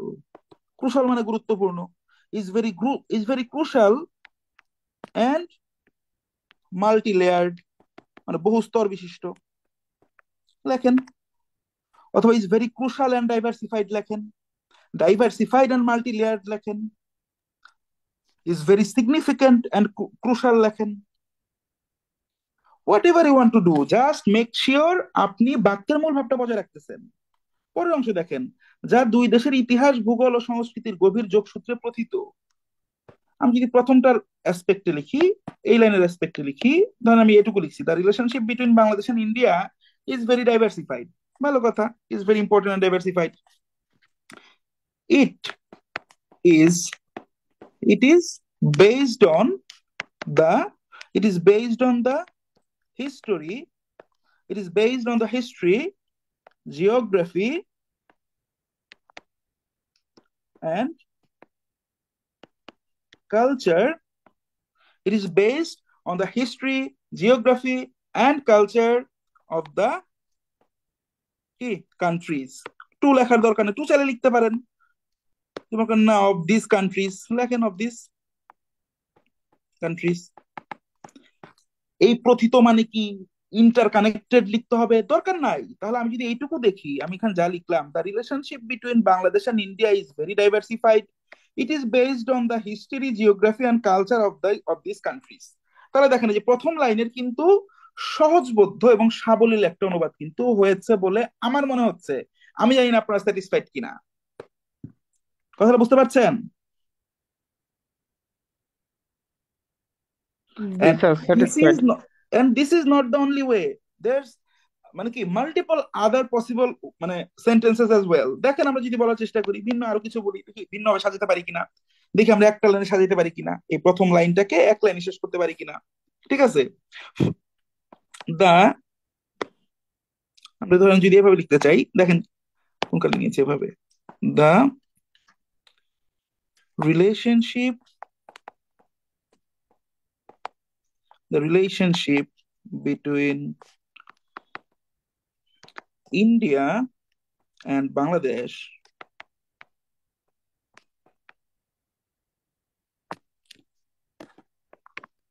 is established. ধরেন আমি বলবেন যে established কোথায় আছে, আমি মূল ভাবে এক রাখতেছি, is established, অথবা চাইলে based ও দিতে পারেন, is established on the basis of, অথবা is based on এভাবে দিতে পারেন, is established on the basis of the history, geography and cultural aspects। বলবেন অ্যাসপেক্টস কোথায় আছে, আমি আমার মতো করে অ্যাড করলাম সাবলীল করার জন্য। The relationship between India and Bangladesh is established on the basis of the history, geography and cultural aspects of these countries. So it is a, আমি একটু উপরে লিখতেছি, এখানে লিখতেছি, it is a very crucial, it is a very crucial, এটা খুব গুরুত্বপূর্ণ বা ইম্পর্টেন্টও লিখতে পারতাম, it is a very crucial বা ইম্পর্টেন্ট bilateral রিলেশনশিপ। দেখেন তো, এই প্রথম লাইনের মূল বক্তব্যটুকু কোন রকম স্ট্রাকচার ফলো না করে আমি আগে এই হিস্ট্রি, জিওগ্রাফি মানে কিসের উপর ভিত্তি করে সম্পর্কটা তৈরি হয়েছে আমি সেটা লিখলাম, লিখে তারপরে যে গুরুত্ব আছে এটাকে আমি বললাম। তাহলে প্রথম লাইনের মিনিংটা তো আমি আমার মতো করে দুই লাইনের মধ্যে আলাদা করে বললাম।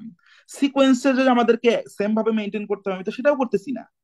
The relationship between India and Bangladesh is established on the basis of the history, geography and cultural aspects of these countries. ঠিক আছে, বা of the respective countries. So এজন্য it is a very crucial bilateral relationship, মানে এটা অত্যন্ত গুরুত্বপূর্ণ একটা দ্বিপাক্ষিক সম্পর্ক। এই গুরুত্বপূর্ণ বহুমুখী বিষয় লেখার তো দরকার নাই। এই বাংলায় যিনি লিখেছেন উনি এই প্রথম লাইনে যা বোঝাতে চেয়েছেন, ইংরেজিতে যদি একজন এই লাইন দুটো লিখতেন তাহলে কি ওই একই মনের ভাবটা প্রকাশ পাচ্ছে কিনা এটুকু নিশ্চিত করেন আমাকে। পাচ্ছে ঠিক স্যার। স্যার। জি স্যার। তো আচ্ছা। এই ভয়গুলো আপনাদেরকে ওভারকাম করতে হবে ভাই, বুঝতে পারতেছেন? ইউ হ্যাভ বিন, মানে কি বলবো আসলে, মানে আপনাদেরকে বাংলা যদি বলি মুরগি বানিয়ে রাখা হয়েছে, এবং আমরা এই মুরগি অ্যাপ্রোচ নিয়ে অনুবাদ করতে চাই, কলিজাটা বড় করতে হবে এখানে। একটা লাইন আমাদেরকে ডিকটেট করতে পারবে না, না, না। রাদার আমরাই লাইন্স গুলোকে ডিকটেট করব আমাদের মতো করে। এখানে কোনটা অ্যাক্টিভ কোনটা প্যাসিভ সাবজেক্ট ভার্ব দরকার নাই তো ভাই, আমি মূল ভাবটাকে আমি আমার মতো করতেছি। কেউ কোনোভাবে এই স্ট্রাকচারাল আমার ফরমেশনের উপর বেস করে আমাদেরকে এই মার্ক দিবে না। বুঝতে পেরেছেন? এটা কারো ভিন্ন বিভিন্ন ভাবে হইতে পারে। দেখেন, আরো কিভাবে আমি মুছেই দিচ্ছি, সমস্যা নেই। দেখেন, মানে আমারটাই সার্থক ব্যাপারটা মোটে এরকম না, আপনারটা আমার থেকে আরো সার্থক হইতে পারে। মিনিং আসেন, একদম সব মুছে দেই। দেখেন দা একটু ভিন্ন ভাবে চিন্তা করি। বাংলাদেশ ও ভারতের মধ্যে সম্পর্ক একটি বিশেষ গুরুত্ববাহী ও বহুমুখী বিষয়। আচ্ছা ঠিক আছে, আমরা একটু ভিন্নভাবে দেখার চেষ্টা করি।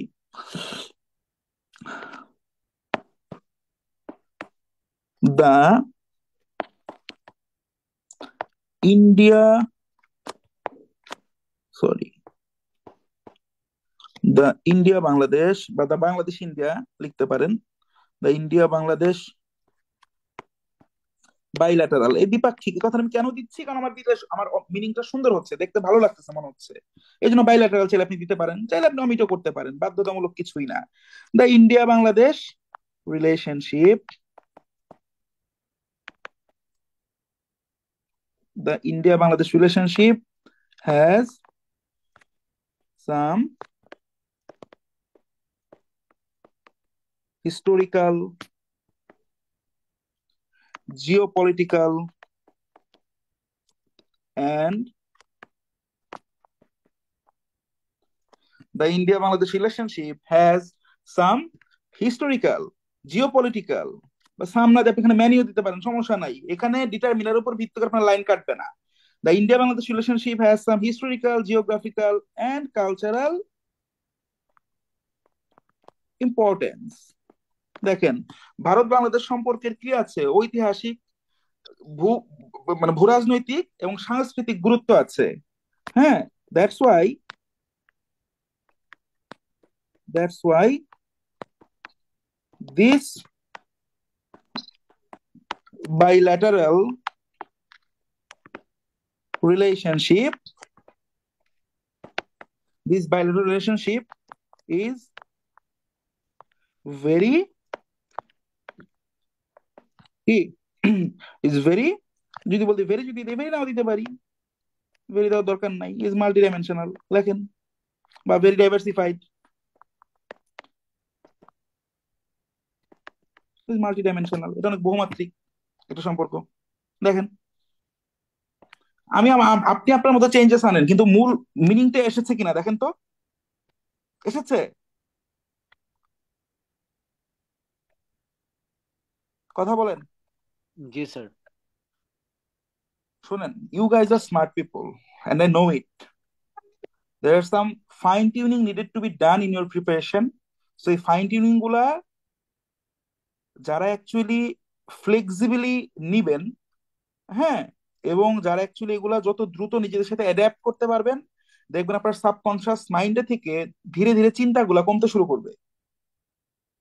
বিসিএস রিটেন এক্সাম অনেক বড় একটা, আমার কাছে হোক্সের মতো মনে হয়, মানে আমরা এত আনওয়ান্টেড জায়গায় আমরা অ্যাটেনশন অনেক বেশি ছড়িয়ে দিই।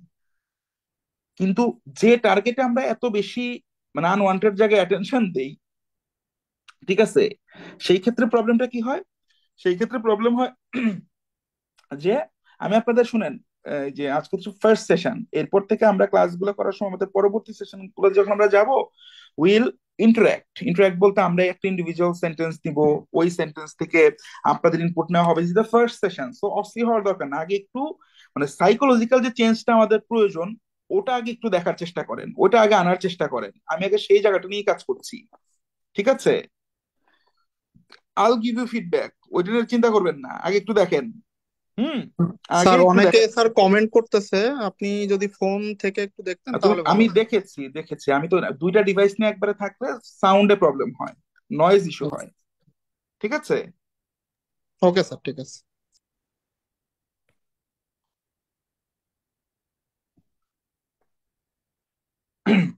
সো দেখেন,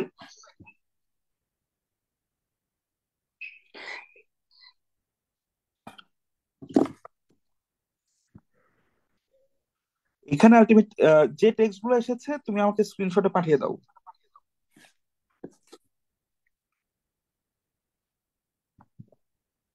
আমি আমি দেখার দেখার চেষ্টা চেষ্টা করি। করছি। আচ্ছা দেখেন, ওকে। সো এইটার আরো ডিফারেন্ট ডিফারেন্ট অনেক ভার্সন হইতে পারে, প্রত্যেকটা ভার্সনই ওয়েলকাম, যতক্ষণ পর্যন্ত সেই ভার্সন গুলো মূল বক্তব্যটাকে বা সার বক্তব্যটাকে কি প্রেজেন্ট করছে। ওকে, এইটা হচ্ছে আমাদের কনসিডারেশনে নিতে হবে। আচ্ছা, ঐতিহাসিকভাবে এই সম্পর্ক বহু চড়াই উতরাই পেরিয়ে এসেছে। আচ্ছা আসেন, হুম, এখন আবার হিস্টোরিক্যালি, হ্যাঁ যদি আপনি আক্ষরিক করতে চান, হিস্টোরিক্যালি দিস রিলেশনশিপ পেরিয়ে এসেছে, has crossed many ups and downs, এই যেভাবে চাইলে আপনি লিখতে পারেন, যারা একদম গঠন বুঝে বুঝে করবেন।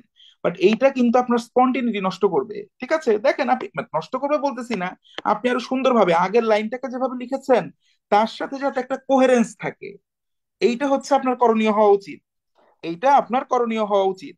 ঠিক আছে, সেটা কিভাবে করতে পারেন আপনি, দেখেন, এই যে আপনি যদি, আমরা এর আগের যে দুটো ভার্সন দেখেছি, যেটার মধ্যে আমরা সেকেন্ড লাইনটাতে ইট দিয়ে বলতেছিলাম যে it is based on history, geography and হচ্ছে কি আমার কালচারাল, বলছি কালচারাল অ্যাসপেক্টস বা culture of this two countries, এরকম লাইন আমরা দিয়েছিলাম। এখন আমরা যদি কি বলে ওইটার সাথে কন্টিনিউয়েশনে লিখি, পূর্বের লাইনে আমি ইট দিয়ে বুঝিয়েছি, ইতোমধ্যে কাকে বুঝিয়েছি, রিলেশনশিপকে বুঝিয়েছি, তাহলে এখানে তো আমার বারবার দেওয়ার দরকার নেই, তো বলেন আপনি ইটি বলেন। যদি বলেন এই যে পেরিয়ে এসেছে, ক্রস লিখতে হবে, তাহলে মূল ভাবটা আসতেছে না। আপনি ইট লিখতে পারেন, বা চাইলে কি লিখতে পারেন আপনি, দিস রিলেশনশিপ, এটা ডিপেন্ড করবে আপনি আগের লাইনে কি লিখেছেন তার উপর। আগের লাইনে যদি এই সম্পর্ক নিয়ে কোনো কিছু লেখা না থাকে, তাহলে আপনি দিস রিলেশনশিপ লেখেন। ঠিক আছে, যদি আগের লাইনে সম্পর্ক নিয়ে লিখে থাকেন সাবজেক্ট হিসেবে, সেক্ষেত্রে আপনি ইট দিবেন। এটা ডিপেন্ড করবে আপনি পূর্বের লাইনটা কেমন লিখেছেন তার উপর।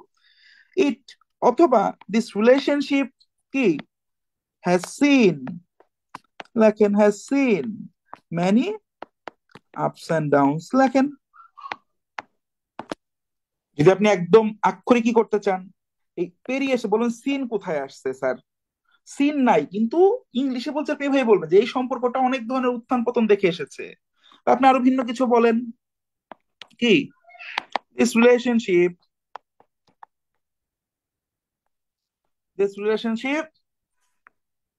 হ্যাজ কি রান, যদি যারা একটু ভালো ফ্রেজ বা ইডিয়ম জানেন ভিন্নভাবে বলতে পারেন, this relationship has run some hard miles, idiomatic expression আর কি, যে এই সম্পর্কটা কিছু কঠিন মাইল দৌড়ে এসেছে, ব্যাপারটা এরকম না, কিছু কঠিন পথ পাড়ি দিয়েছে। ঠিক আছে, আপনি এত কিছু মাথায় নাই, এই চড়াই উতরাই মানে আপস এন্ড ডাউন সেটা মনে আসতেছে না। ঠিক আছে, this relationship has overcome many problems, এই সম্পর্কটা অনেক সমস্যা পার হয়ে এসেছে। দিস রিলেশনশিপ হ্যাজ ওভারকাম দিতে চাচ্ছেন না, মানে এটা কি করেছে, পেরিয়ে এসেছে, ওভারকাম দিবেন না, আপনি এটুকু দেন, দিস রিলেশনশিপ হ্যাজ এক্সপিরিয়েন্স, এই সম্পর্কটা দেখেছে বা অভিজ্ঞতা নিয়েছে, কিসের অভিজ্ঞতা নিয়েছে, এই সম্পর্কটা কি দেখে এসেছে, this relationship has experienced many problems, many ups and downs,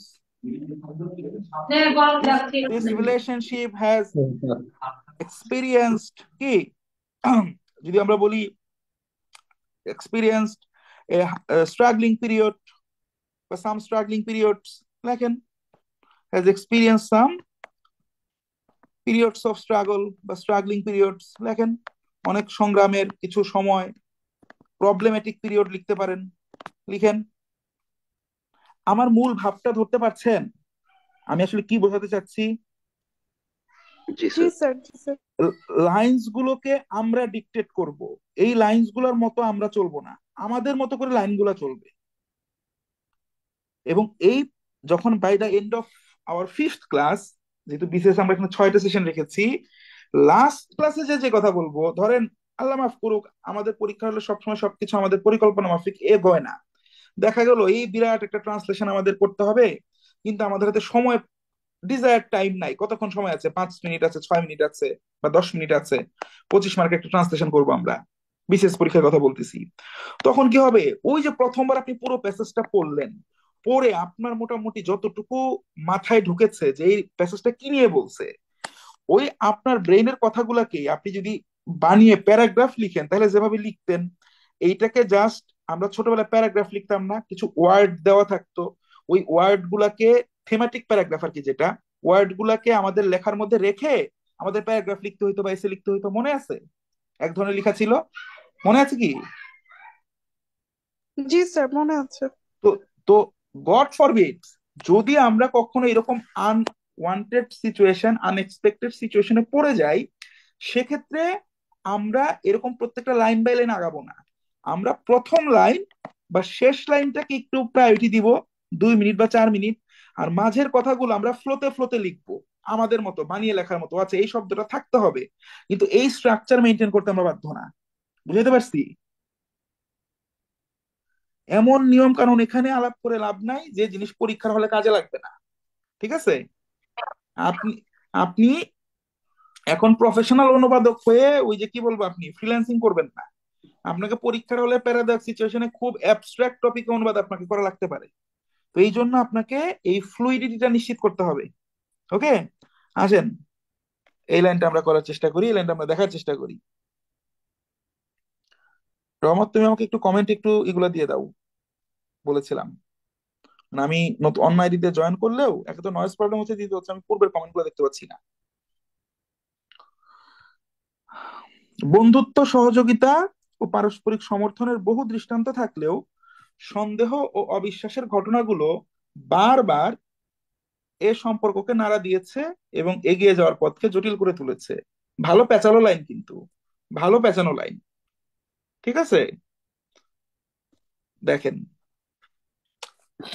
নিজেরা দেখেন, নিজেরা যদি একটু চেষ্টা করতে চান, দেখবেন চেষ্টা করতে গেলে ইউ আর ফাইন্ডিং ইট কি এ বিট ডিফিকাল্ট। হ্যাঁ, অবশ্যই ডিফিকাল্ট মনে হবে।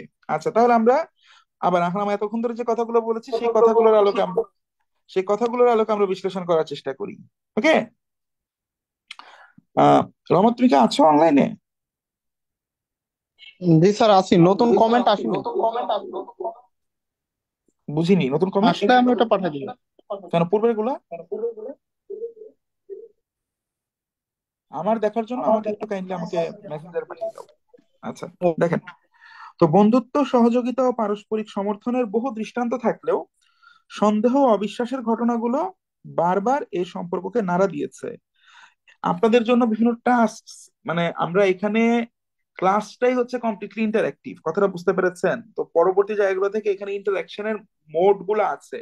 আজকে প্রথম ক্লাসটা হচ্ছে আপনাদের আইস ব্রেকিং ফেকিং না, আপনাদের একদম অ্যাকচুয়ালি আপনাদের নর্মস ব্রেকিং ক্লাস। এগুলো আগে যেভাবে ভাবতেন এইভাবে ভাবা যাবে না। ঠিক আছে?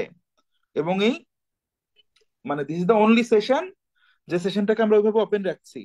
হ্যাঁ, এমনকি কমেন্ট করেছেন, ঠিক আছে, দ্য রিলেশনশিপ, আমি এগুলো আমি পরে আসতেছি। হ্যাঁ, যেগুলো আসেন দেখি আমরা।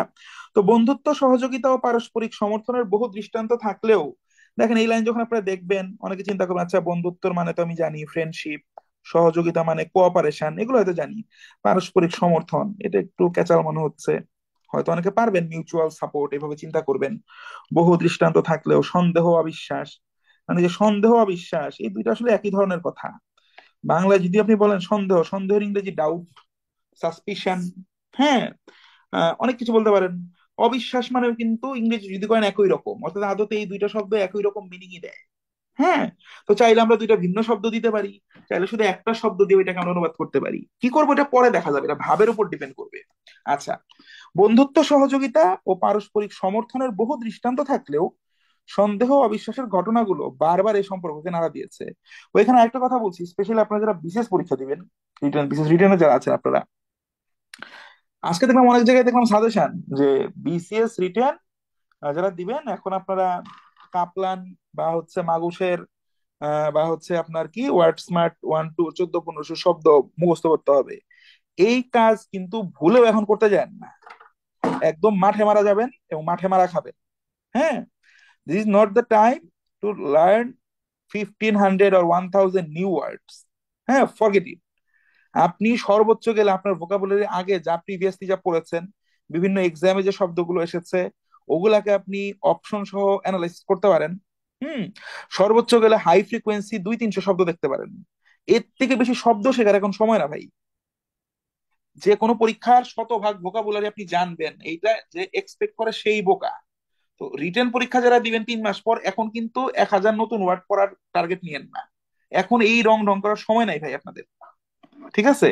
যতটুকু পরে প্রিলি পার হয়েছেন ওটুকুকে এক্সেল করার চেষ্টা করেন, ওটুকুকে কাজে লাগাবেন। হ্যাঁ, অল্প স্বল্প কিছু হইতে পারে, যে আমি বললাম যে সর্বোচ্চ গেলে ওই দেখবেন জিআরইর হাই ফ্রিকোয়েন্সি 300 শব্দ আছে, ব্যারন্সের বা কিসের বা কম্পিটিটিভ কোন জিআরই ফেয়ারি বাদ দেন, প্রতিযোগিতামূলক পরীক্ষাতে যে শব্দগুলো এসেছে ওই শব্দগুলোকে একটু দেখেন। ঠিক আছে? যদি প্র্যাকটিস করতেই হয় ওগুলো দেখেন। এখন নতুন করে ওয়ার্ড স্মার্ট, তারপর মাগুস, তারপর হচ্ছে কাপলান, এই সকল মানে ভোকাবুলারি কিন্তু পড়তে যায় না। ঠিক আছে? এটা আমার সাজেশন ভাই, মানলে মানতে পারেন, না মানলে আপনার কাছে। না আমি মানে আমার আপন ছোট ভাই ছোট বোন হলে আমি এগুলো পড়লে আমি কানের নিচে একটা বাজাইতাম আর কি। ঠিক আছে? কিছু কথাবার্তা। অতিরিক্ত পণ্ডিতই ভালো না, পণ্ডিতরা চাকরি পায় না, এটা মাথায় রাখবেন।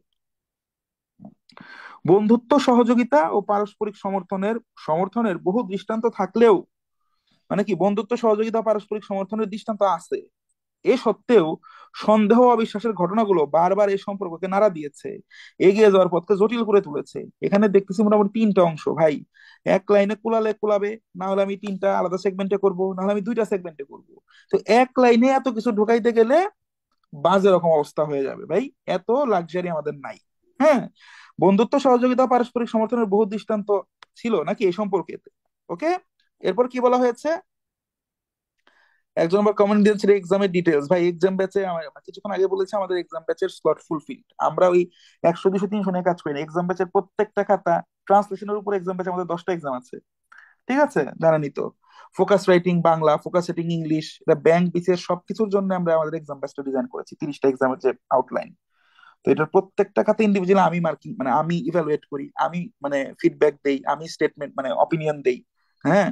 তো এগুলা মানে এর বেশি নেওয়া আসলে সম্ভব না। নেওয়া মানে নিলে আমার ভালো, মানে এখন অনেকে অ্যাডমিশন নিবে কিন্তু আমি খাতা দেখতে পারবো না কোয়ালিটি মেনটেন করে। সো ওগুলা করা যাবে না। হুম। সো যারা আসলে হয়েছেন তারা তো জানেনই, কালকে থেকে এক্সাম আপনাদের গ্রুপে, আপনাদের গ্রুপে নোটিশ চলে গিয়েছে। আর যদি মানে আমরা পরবর্তীতে পার্টিসিপেন্ট আরো যদি ওয়েটিং আমাদের বেশি থাকে, তাহলে আগামী মাসের মানে প্রথমে জানুয়ারি ফার্স্ট উইকে আমরা আরেকটা ব্যাচ শুরু করবো, এক্সাম ব্যাচ যেটা আর কি। আচ্ছা, এটা ইংলিশ এক্সাম ব্যাচ। হ্যাঁ। বন্ধুত্ব, সহযোগিতা ও পারস্পরিক সমর্থনের বহু দৃষ্টান্ত থাকলেও সন্দেহ ও অবিশ্বাসের ঘটনাগুলো বারবার এ সম্পর্কে। তাহলে একটা হচ্ছে বন্ধুত্ব, সহযোগিতা ও পারস্পরিক সমর্থনের বহু দৃষ্টান্ত আছে, এটা হচ্ছে একটা অংশ। দ্বিতীয় অংশ কি? দ্বিতীয় অংশ হচ্ছে আরেকটা অংশ দেখতেছি, সন্দেহ অবিশ্বাসের ঘটনাগুলো বারবার এই সম্পর্ককে নাড়া দিয়েছে, এটা আরেকটা অংশ। আরেকটা অংশ হচ্ছে এগিয়ে যাওয়ার পথকে জটিল করে তুলেছে। 3টা ভিন্ন ভিন্ন অংশ দেখতেছি। চাইলে পারলে 2 লাইনে করব, 2 লাইনে না পারলে 3 লাইনে করব। এক লাইনের ভিতরে এত কথা আনতে গেলেই প্যাচ লেগে যাবে, তো এটা করা যাবে না। হ্যাঁ। যে চেনে ওই ঘাস গোত্রীয় সবচেয়ে বড় উদ্ভিদ মানে নিজের পশ্চাৎ দেশে আনার কোনো দরকার নাই ভাই, বাংলায় আসেন। বন্ধুত্ব, সহযোগিতা ও পারস্পরিক সমর্থনের বহু দৃষ্টান্ত আছে। ঠিক আছে, দেখেন আমরা বলি।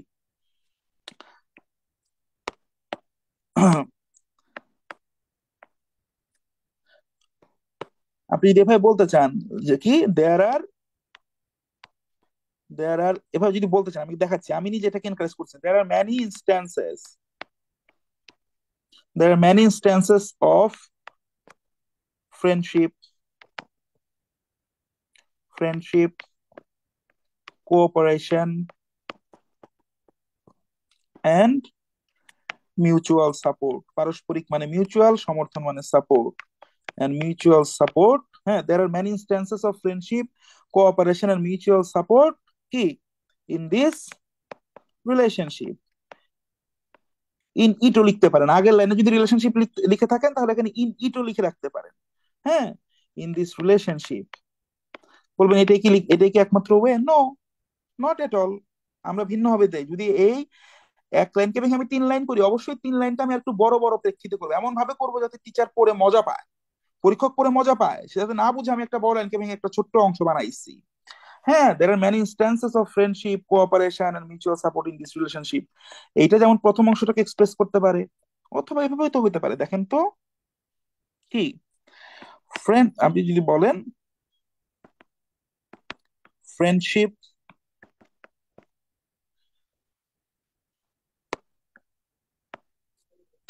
Friendship, cooperation,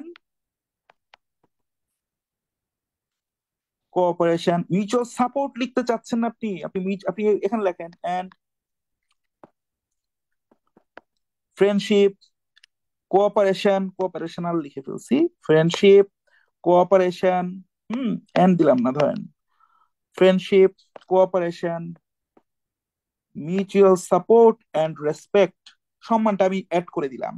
friendship, cooperation, mutual support and respect have been, একাধিক জিনিস আছে, সাবজেক্ট ভার্ব এগ্রিমেন্টের নিয়ম। ফ্রেন্ডশিপ একটা জিনিস, বন্ধুত্ব একটা জিনিস, সহযোগিতা একটা জিনিস, মিউচুয়াল সাপোর্ট এন্ড রেসপেক্ট, হ্যাঁ পারস্পরিক, আমরা যদি বলি সমর্থন এবং সম্মান, এই যে রেসপেক্ট আমি অ্যাড করলাম। Friendship, cooperation, mutual support and respect have been the cornerstone, cornerstone of this relationship. অর্থাৎ এই সম্পর্কের মূল ভিত্তিপ্রস্তর স্থাপিত হয়েছে কিসের উপর, বা মূল ভিত্তিপ্রস্তর কিসের উপর? Have been the cornerstone of this relationship, অথবা have, have strengthen, have strengthen অর্থাৎ শক্তিশালী করেছে দিস রিলেশনশিপ। এটুকু দিব না, এটুকু না, এটুকু দিব। অনেক ভার্সন, আপনারা একটা বই কিনেন, বই কিনে যা দেওয়া আছে খালি ভাবেন ওইটাই হচ্ছে একদম স্বতঃসিদ্ধ ওয়ে, এর বাইরে কিছু লিখলে হবে না। নো, এই ধারণা থেকে বের হয়ে থাকতে হবে, এই ধারণা থেকে বের হয়ে থাকতে হবে। বন্ধুত্ব, সহযোগিতা ও পারস্পরিক সমর্থনের বহু দৃষ্টান্ত আছে, তাই না? আমি বলতেছি, দেখেন তাহলে কি, friendship, cooperation, mutual support and respect have been the cornerstone of this relationship. অথবা friendship, cooperation, mutual support and respect, support দিতে পারছেন না, দেন মিউচুয়াল রেসপেক্ট, পারস্পরিক সম্মান, have strengthened this relationship, have created this relationship, have nurtured this relationship, have developed this relationship, যাহা খুশি দেন। প্রথম কথা হচ্ছে এই সম্পর্কের মধ্যে কি আছে, এই জিনিসগুলোর কি আছে, এক্সাম্পল ছিল। দের আর মেনি ইনস্ট্যান্সেস দেওয়ার দরকার নাই, এই প্রথম ভার্সন দিতে চাইতেন, এখানেও পরিবর্তন আনেন। There are many examples, there are many examples of friendship, instances না দিয়ে দেখেন ইনসিডেন্টস দেন, দের আর মেনি ইনসিডেন্টস, অনেক ঘটনা আছে। কিসের ঘটনা? বন্ধুত্বের ঘটনা, cooperation and mutual support in this relationship. ঠিক আছে, আপনি এখানে আরো ভিন্ন জিনিস দেন। আপনি জানেন ভারত বাংলাদেশের মধ্যে বিভিন্ন ধরনের চুক্তি হয়েছে, এগ্রিমেন্ট হয়েছে, তাই না? ফ্রেন্ডশিপ, কোঅপারেট, আপনি এভাবে লেখেন, দেয়ার আর মেনি ইনস্ট্যান্সেস বা এক্সাম্পলস বা ইনসিডেন্টস, কি, there are many incidents of friendship, cooperation, friendship, cooperation, agreements, agreements আপনি যুক্ত করেন, agreements and mutual support in this relationship. টোনটা ধরতে পারতেছেন? जी सर। প্লিজ জি sir. Keep this in your mind, যে এখানেও আপনার ইম্প্রোভাইজ করার জায়গা আছে।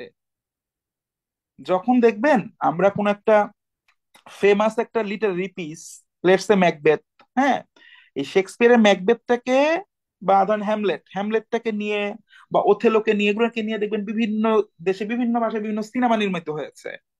তো সিনেমা নির্মিত হওয়ার ক্ষেত্রে মূল কাহিনীটা কি? তারা বলছে আমরা মূল ভাবটা বজায় রেখে, ওই যে বলো না, যে যে যার যার ভাষায়, যার যার কনটেক্সটে ব্যাপারটাকে কিন্তু বিভিন্ন চরিত্রায়ন করে, তাই না, ঘটনাগুলো তুলে ধরে। তো মূল অবজেক্টিভটা কি থাকে, যে মূল যে সাহিত্য কর্মটা ছিল তার মেইন এসেন্সটা যাতে ঠিক থাকে। এখানে আমরা এতটুকু, এতটুকুই আবার আমাদের ক্রিয়েটিভ লিবার্টি নাই, ক্রিয়েটিভ ফ্রিডম নাই, বাট এটুকু আমাদের আছে যে প্রত্যেকটা শব্দ আমাদের অনুসরণ করার দরকার নাই। তাহলে আমরা প্রথম অংশ নিলাম, প্রথম অংশ নিলাম, হ্যাঁ, যে এটুকু লিখলাম, যে লাইনটাই লিখি, বাট, বাট দিয়ে শুরু করতে পারেন, কিন্তু, কিন্তু, but, hmm, doubt, hmm, but লেখেন, but incidents, but some incidents, but some incidents, কিন্তু কিছু ঘটনা, but some incidents have created doubt. Hmm, doubt বলতে পারেন আপনি, ডিসবিলিফ বলতে পারেন, আনট্রাস্ট বলতে পারেন, মানে সহজ কথা আপনি এটা মানে যে কোনো শব্দ আপনি বলবেন, সাসপিশন বলতে পারেন। হ্যাঁ, বাট সাম ইনসিডেন্টস, কিন্তু কিছু ঘটনা কি করেছে, হ্যাভ ক্রিয়েটেড, কিছু ঘটনা তৈরি করেছে, কিছু ঘটনা সৃষ্টি করেছে। কি সৃষ্টি করেছে কিছু ঘটনা? এখানে আপনি যে কোনো আপনার পছন্দ মতো শব্দ দেন, ডিস্ট্রাস্ট দেন, মিসট্রাস্ট দেন, সাসপিশন দিতে পারেন, ডিসবিলিফ দিতে পারেন, হ্যাঁ, হেজিটেশন দিতে পারেন। But some trust have created doubt, অথবা ধর আমরা বললাম যে সাসপিশন মানে সন্দেহ যেটাকে বলি আমরা, ঠিক আছে, সাসপিশন। বাট সাম ইনসিডেন্টস, কিন্তু কিছু ঘটনা have created doubt and doubt বা সাসপিশন, হ্যাঁ যে কোনো একটা দিব, have created suspicion and hampered this relationship, অথবা হ্যাম্পার্ড ইট, ইট দিলেও হয়, আগের লাইনে তো রিলেশনশিপ লিখেছি, অ্যান্ড হ্যাম্পার্ড ইট, অথবা ইম্প্যাক্টেড ইট বলতে পারেন, এটাকে প্রভাবিত করেছে, অথবা বলতে পারেন affected it. Some incidents have created doubt, অথবা some incidents have created suspicion and hampered it, বা ইম্প্যাক্টেড ইট, এফেক্টেড ইট, সম্পর্কটাকে কি করেছে, প্রভাবিত করেছে, নাড়া দিয়েছে। হ্যাভ শেকেন ইট দেওয়ার দরকার নাই। হ্যাঁ, বাজ ইট অনেকে দিবে, হ্যাঁ নাড়া মানে হচ্ছে বাজ, তাহলে বাজ ইট দেই। এই যে এইভাবে দিলেই হচ্ছে আপনি ওই শিক্ষিত মফিজে পরিণত হবেন। শিক্ষিত মফিজ আমি করা যাবে না, এই কথাগুলো অনেকেই শুনবে না, এবং আমার অনেক কাউন্টার পার্ট বলবো না, কি বলবো, আহ, মানে এখন লিস্ট এই যে এটা তো মানে পেইড সার্ভিস, ফ্রি সার্ভিস তো না। অনেকে আছেন এগুলো খুব গোসা করেন যে নিয়ম কানুন নাই, এগুলা কি বলতেছি, মানে মানে অনেক ধরনের প্রবলেম ফেস করতেছেন আর কি। হ্যাঁ, আমি বলছি ভাই আমি তো খুব ছোট পরিসরে কাজ করি, আমার তো হাজার হাজার লোকজন নাই, মানে এখানে রিলিজিয়াস সেন্টিমেন্ট নাই, বা মানে আমি তো এখানে ওই মার্কেটিং স্টান্ট বাজিয়ে করতে পারতেছি না। আমার ওকে অ্যাকচুয়ালি আমি পড়াই ভাই, আপনি আপনার পড়ান 2000 3000, আমি পড়াই ভাই, আমি গরিব মানুষ 20 জন 30 জন 35 জন 40 জন, হ্যাঁ গেলে 50 জন 100 জন, খুব বেশি যদি যায়। তো এটা তো কোনো মেজর ইম্প্যাক্ট ক্রিয়েট করবে না। হুম, কিন্তু এই ব্যাপারগুলো একটু মাথায় রাখেন, এই স্যার টুপিগুলাই। আপনারটাই অনেক ভালো স্যার, অন্যগুলা মাথা নষ্ট হয়ে যেত, প্রথম ভালো ভালো করার দরকার লাগতেছে। নাই, it's not about comparison my dear sister. আমি যেটা বোঝানোর চেষ্টা করছি, আপনি একজন পরীক্ষার্থী, আপনি একজন প্রফেশনাল ট্রান্সলেটর হচ্ছেন না, আপনি একজন পরীক্ষার্থী। ইনফ্যাক্ট প্রফেশনাল ট্রান্সলেটররাও কখনো সবসময় ভাবে গ্রামার মেনটেন করার চেষ্টা করে না। তারা চেষ্টা করে যে ভাষায় লিখবো সেই ভাষার গ্রামার মেনটেন করব, এবং মূল ভাবটাকে বজায় রাখবো। এবং পরীক্ষার হলের যে সময়ের যে টিক টিক অ্যাটম বম ঘুরতেছে আপনার পেছনে যেটা আছে, ওই অ্যাটম বম কিন্তু একজন প্রফেশনাল ট্রান্সলেটরের পেছনে থাকে না। এটা বুঝতে হবে আপনাদেরকে। I am not comparing, I am not demeaning anyone, I am just saying you need to be careful and you need to be strategic in your approach, especially in a competitive exam like BCS written or bank written. That's the point that I'm trying to make without any kind of nonsense or bullshit. মাথায় রাখবেন, এগিয়ে যাওয়ার পথকে জটিল করে তুলেছে, এগিয়ে যাওয়ার পথকে জটিল করে তুলেছে ভিন্ন ভিন্ন। আমি বললাম আপনি আপনার মতো অনেক কিছু আকালমাত ক্লিশারাই কাফি, আপনারা অনেক আকালমাত আমি জানি। ফিডব্যাক প্রসেস বললাম তো, প্রথম ক্লাসে আপনাদের ফিডব্যাক প্রসেস আছে, দেখেন কি আছে।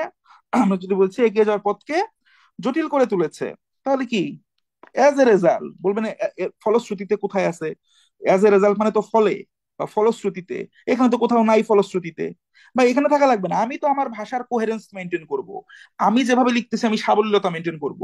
তাহলে এতক্ষণ ধরে বললাম, কি বললাম, friendship, cooperation, mutual respect, friendship, cooperation, mutual respect বা mutual support and respect have been the cornerstone of this relationship, but some incidents have created doubt and suspicion and hampered it.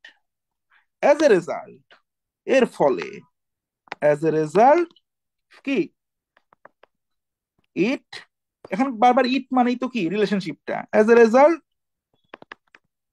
it is facing hurdles। ধরেন যারা একটু জ্ঞানী গুণী মাত্রায় লিখবেন, hurdle মানে প্রতিবন্ধকতা, as a result it is facing, yeah, it is facing hurdles moving forward। এর ফলশ্রুতিতে এটি কি করছে, সামনে এগিয়ে যেতে বিভিন্ন প্রতিবন্ধকতার সম্মুখীন হচ্ছে, অর্থাৎ পথটা এগিয়ে যেতে পারছে না, জটিল করে তুলেছে। It has made the path complex. No, দরকার নাই তো ভাই। তাহলে আপনার ভিন্নতাটা কোথায় থাকলো? একে হচ্ছে আপনি মূল ভাব প্রকাশ করছেন, দ্বিতীয়ত হচ্ছে পরীক্ষকের কাছে আপনি নিজেকে স্মার্ট আকারে উপস্থাপন করে ফেলেছেন, কোনো ধরনের কোনো মানে কি কনফিউশন ছাড়া। দেখি আমরা আরেকবার যদি যাই, এটা ভিন্নভাবে যদি বলি, এগিয়ে যাওয়ার পথকে জটিল করে তুলেছে, এটাকে আমরা কিভাবে বলতে পারি? ঠিক আছে, অ্যাজ এ রেজাল্ট। যদি না বলেন, বলেন যে কি অ্যাজ এ রেজাল্ট বললে দেখেন কত সহজে বলতে পারি। ঠিক আছে, বা আপনি এভাবে বলতে পারেন, আগের লাইনে যেহেতু ঝামেলাজনক, ডাউট বা সন্দেহজনক ঘটনার কথা বলছেন, তাহলে বলেন সাচ ইনসিডেন্টস, অর্থাৎ এ ধরনের ঘটনাগুলো, such incidents have made such incidents have made have made the path have made the path, এটা যদিও ট্র্যাডিশনাল হইলো। such incidents have made the path বলার দরকার নাই, have made it বলেন। such incidents have made it difficult, এই ঘটনাগুলো কি করতেছে, এটাকে কঠিন করে তুলছে, ডিফিকাল্ট। আমার বানান ভুল হলে পার্ডন করেন, আমি আপনার দিকে টেনশন দিচ্ছি, বানান নিয়ে আমি প্যারা খাচ্ছি না। such incidents have made it difficult to march forward বলেন। অথবা বলতে পারেন such incidents have made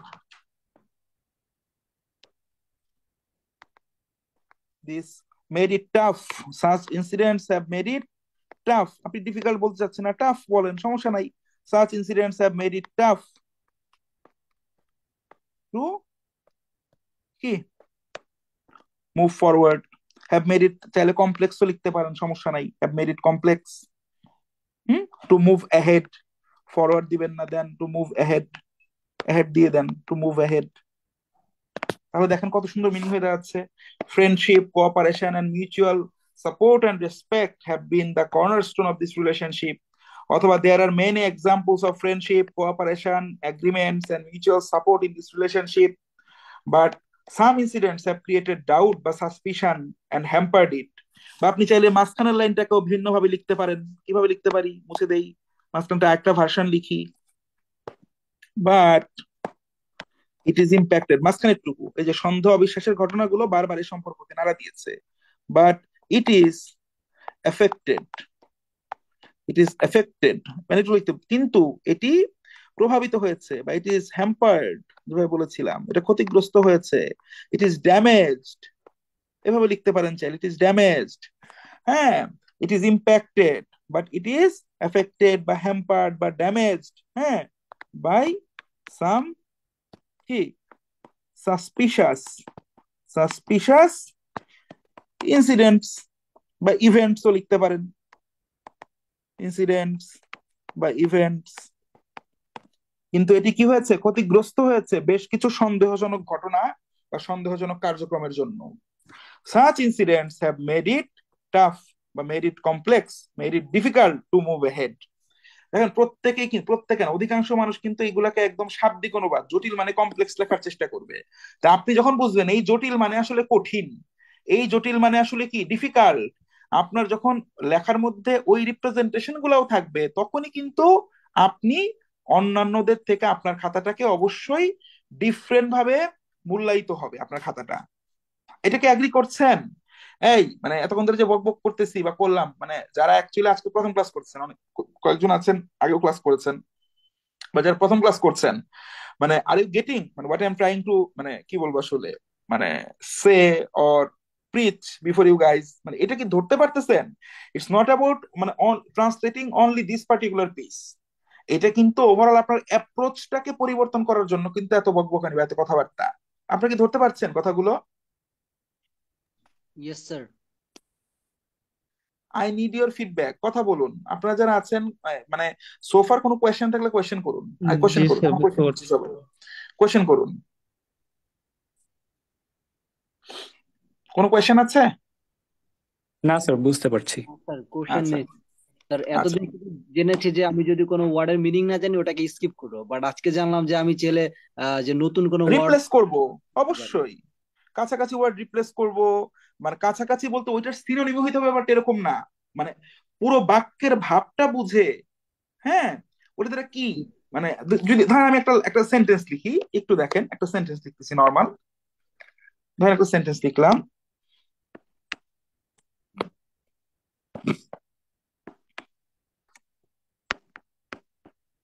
the strong resolve, দিলাম দ্য রিজলভ, মুছে দিই, নতুন করে লিখি, the resolve of our student leaders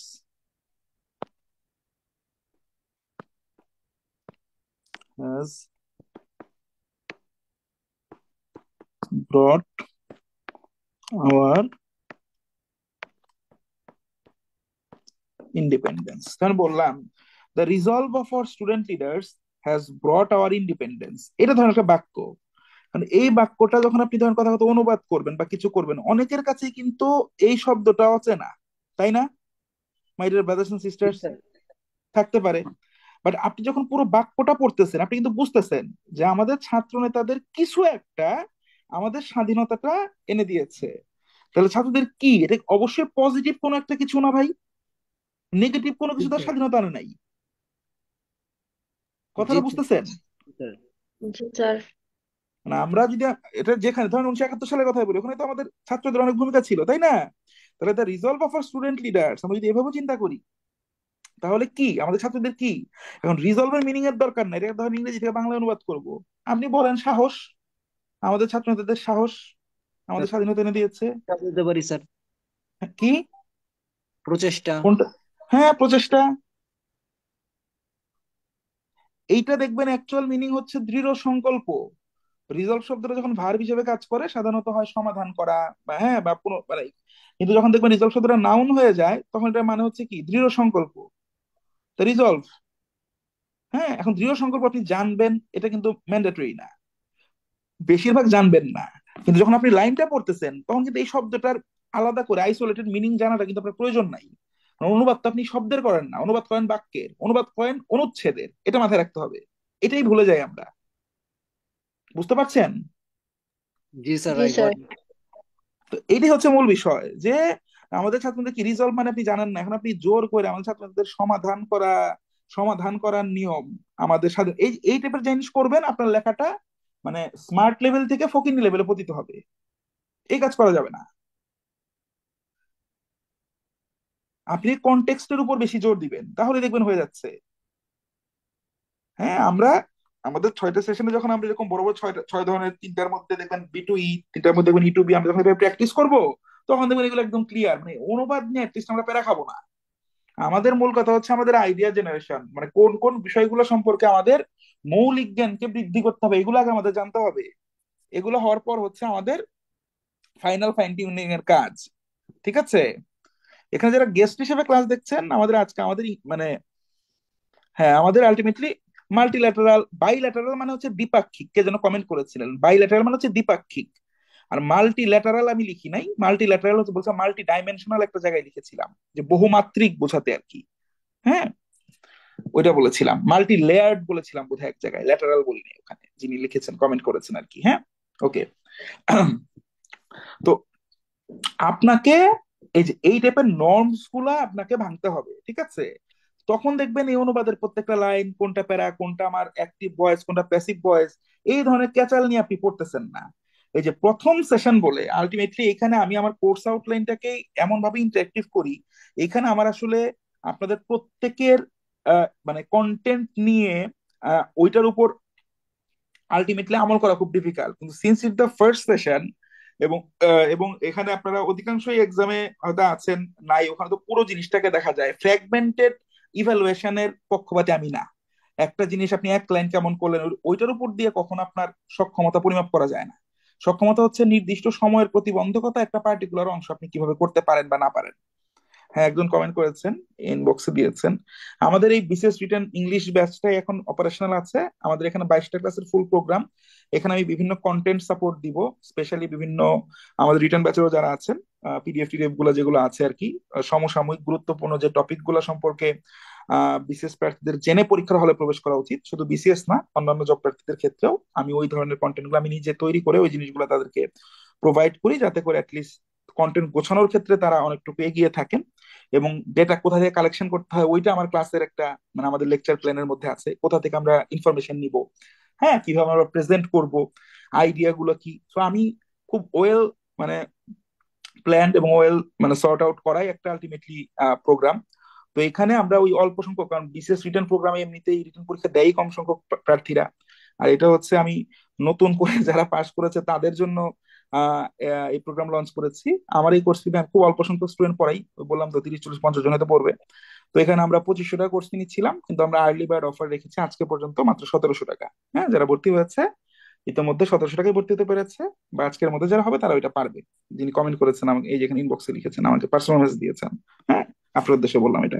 anyways, তো শুনেন, তো যারা এখানে আছেন আজকে ফার্স্ট ক্লাসে আপনাদের জন্য একটা হোম টাস্ক থাকবে। আগে বলছি প্রতি ক্লাস আবার আপনাদের হোম টাস্ক নেই, কারণ এই হোম টাস্ক আবার ইভ্যালুয়েশন করা আমাদের প্রত্যেকটা ক্লাস। যারা চিন্তা করতেছেন ওকে আমি তো কোর্স পারচেস করছি, আমি শুধু আলটিমেটলি আমি কি করব, রেকর্ড ক্লাস দেখবো।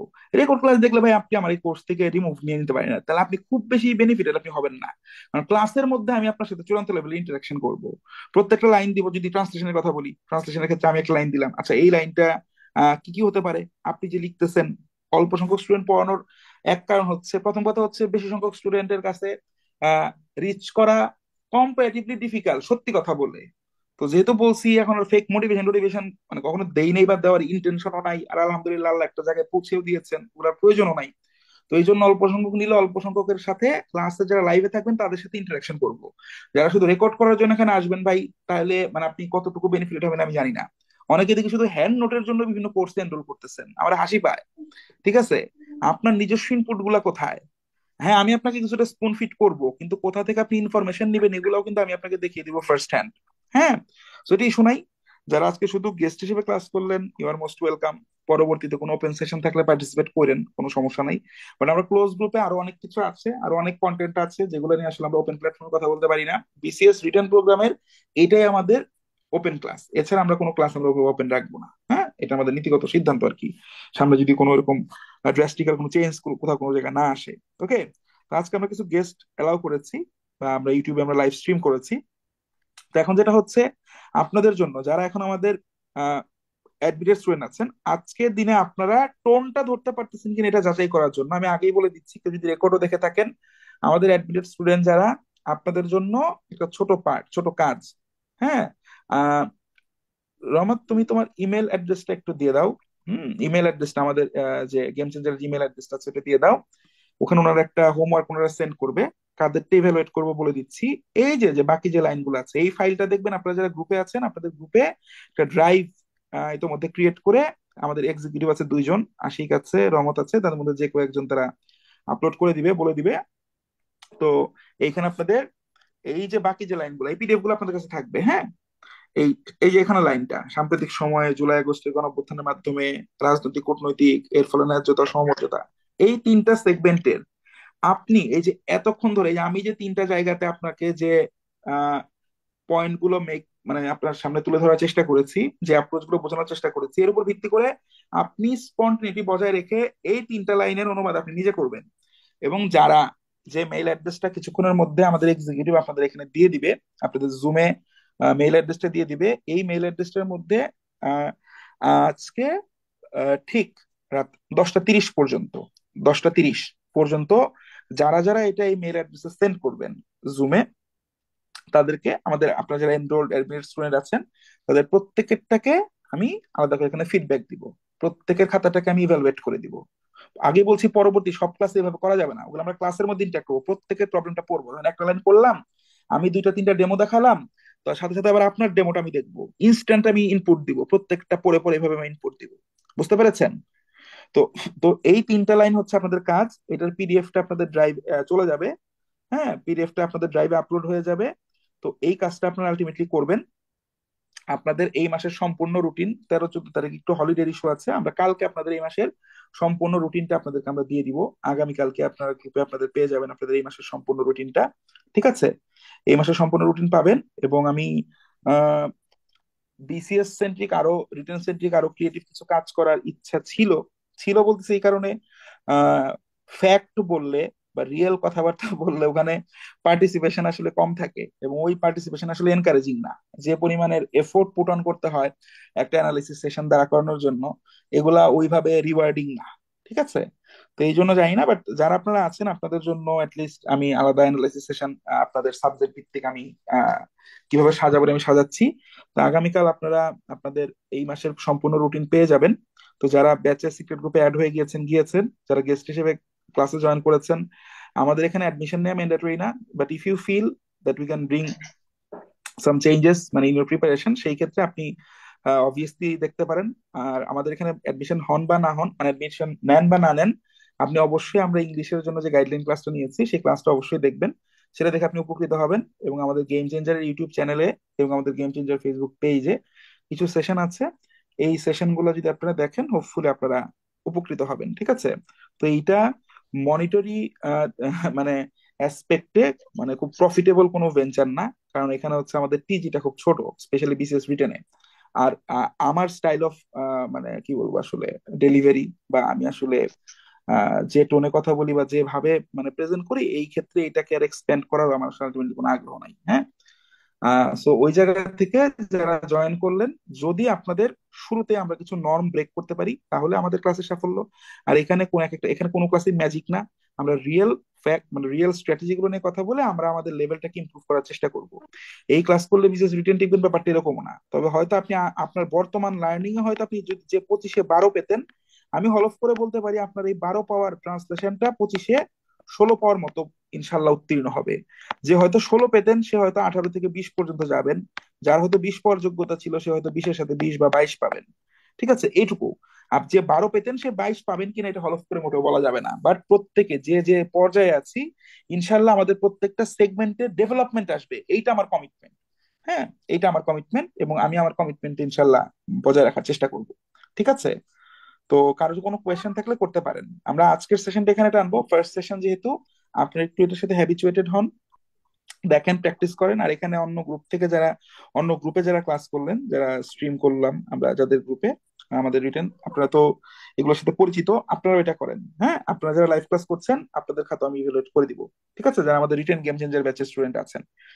আর এই হচ্ছে সামগ্রিক বিষয়। কারো কোনো কোয়েশ্চেন থাকলে করতে পারেন। নেক্সট ক্লাস থেকে আরো ক্লোজ প্ল্যাটফর্মে কথা হবে, আরো মন খুলে আরো অনেক বেশি কথা বলতে পারবো আর কি। কারো কোনো কোয়েশ্চেন থাকলে করতে পারেন, কোনো সমস্যা নেই। I am all years. Sir sir standard sentence formation নিয়ে একটু কথা বলা যাবে? স্ট্যান্ডার্ড সেন্টেন্স ফরমেশন আমাদের লেকচারে আছে, বেসিক্স ফর রাইটিং এই অংশে।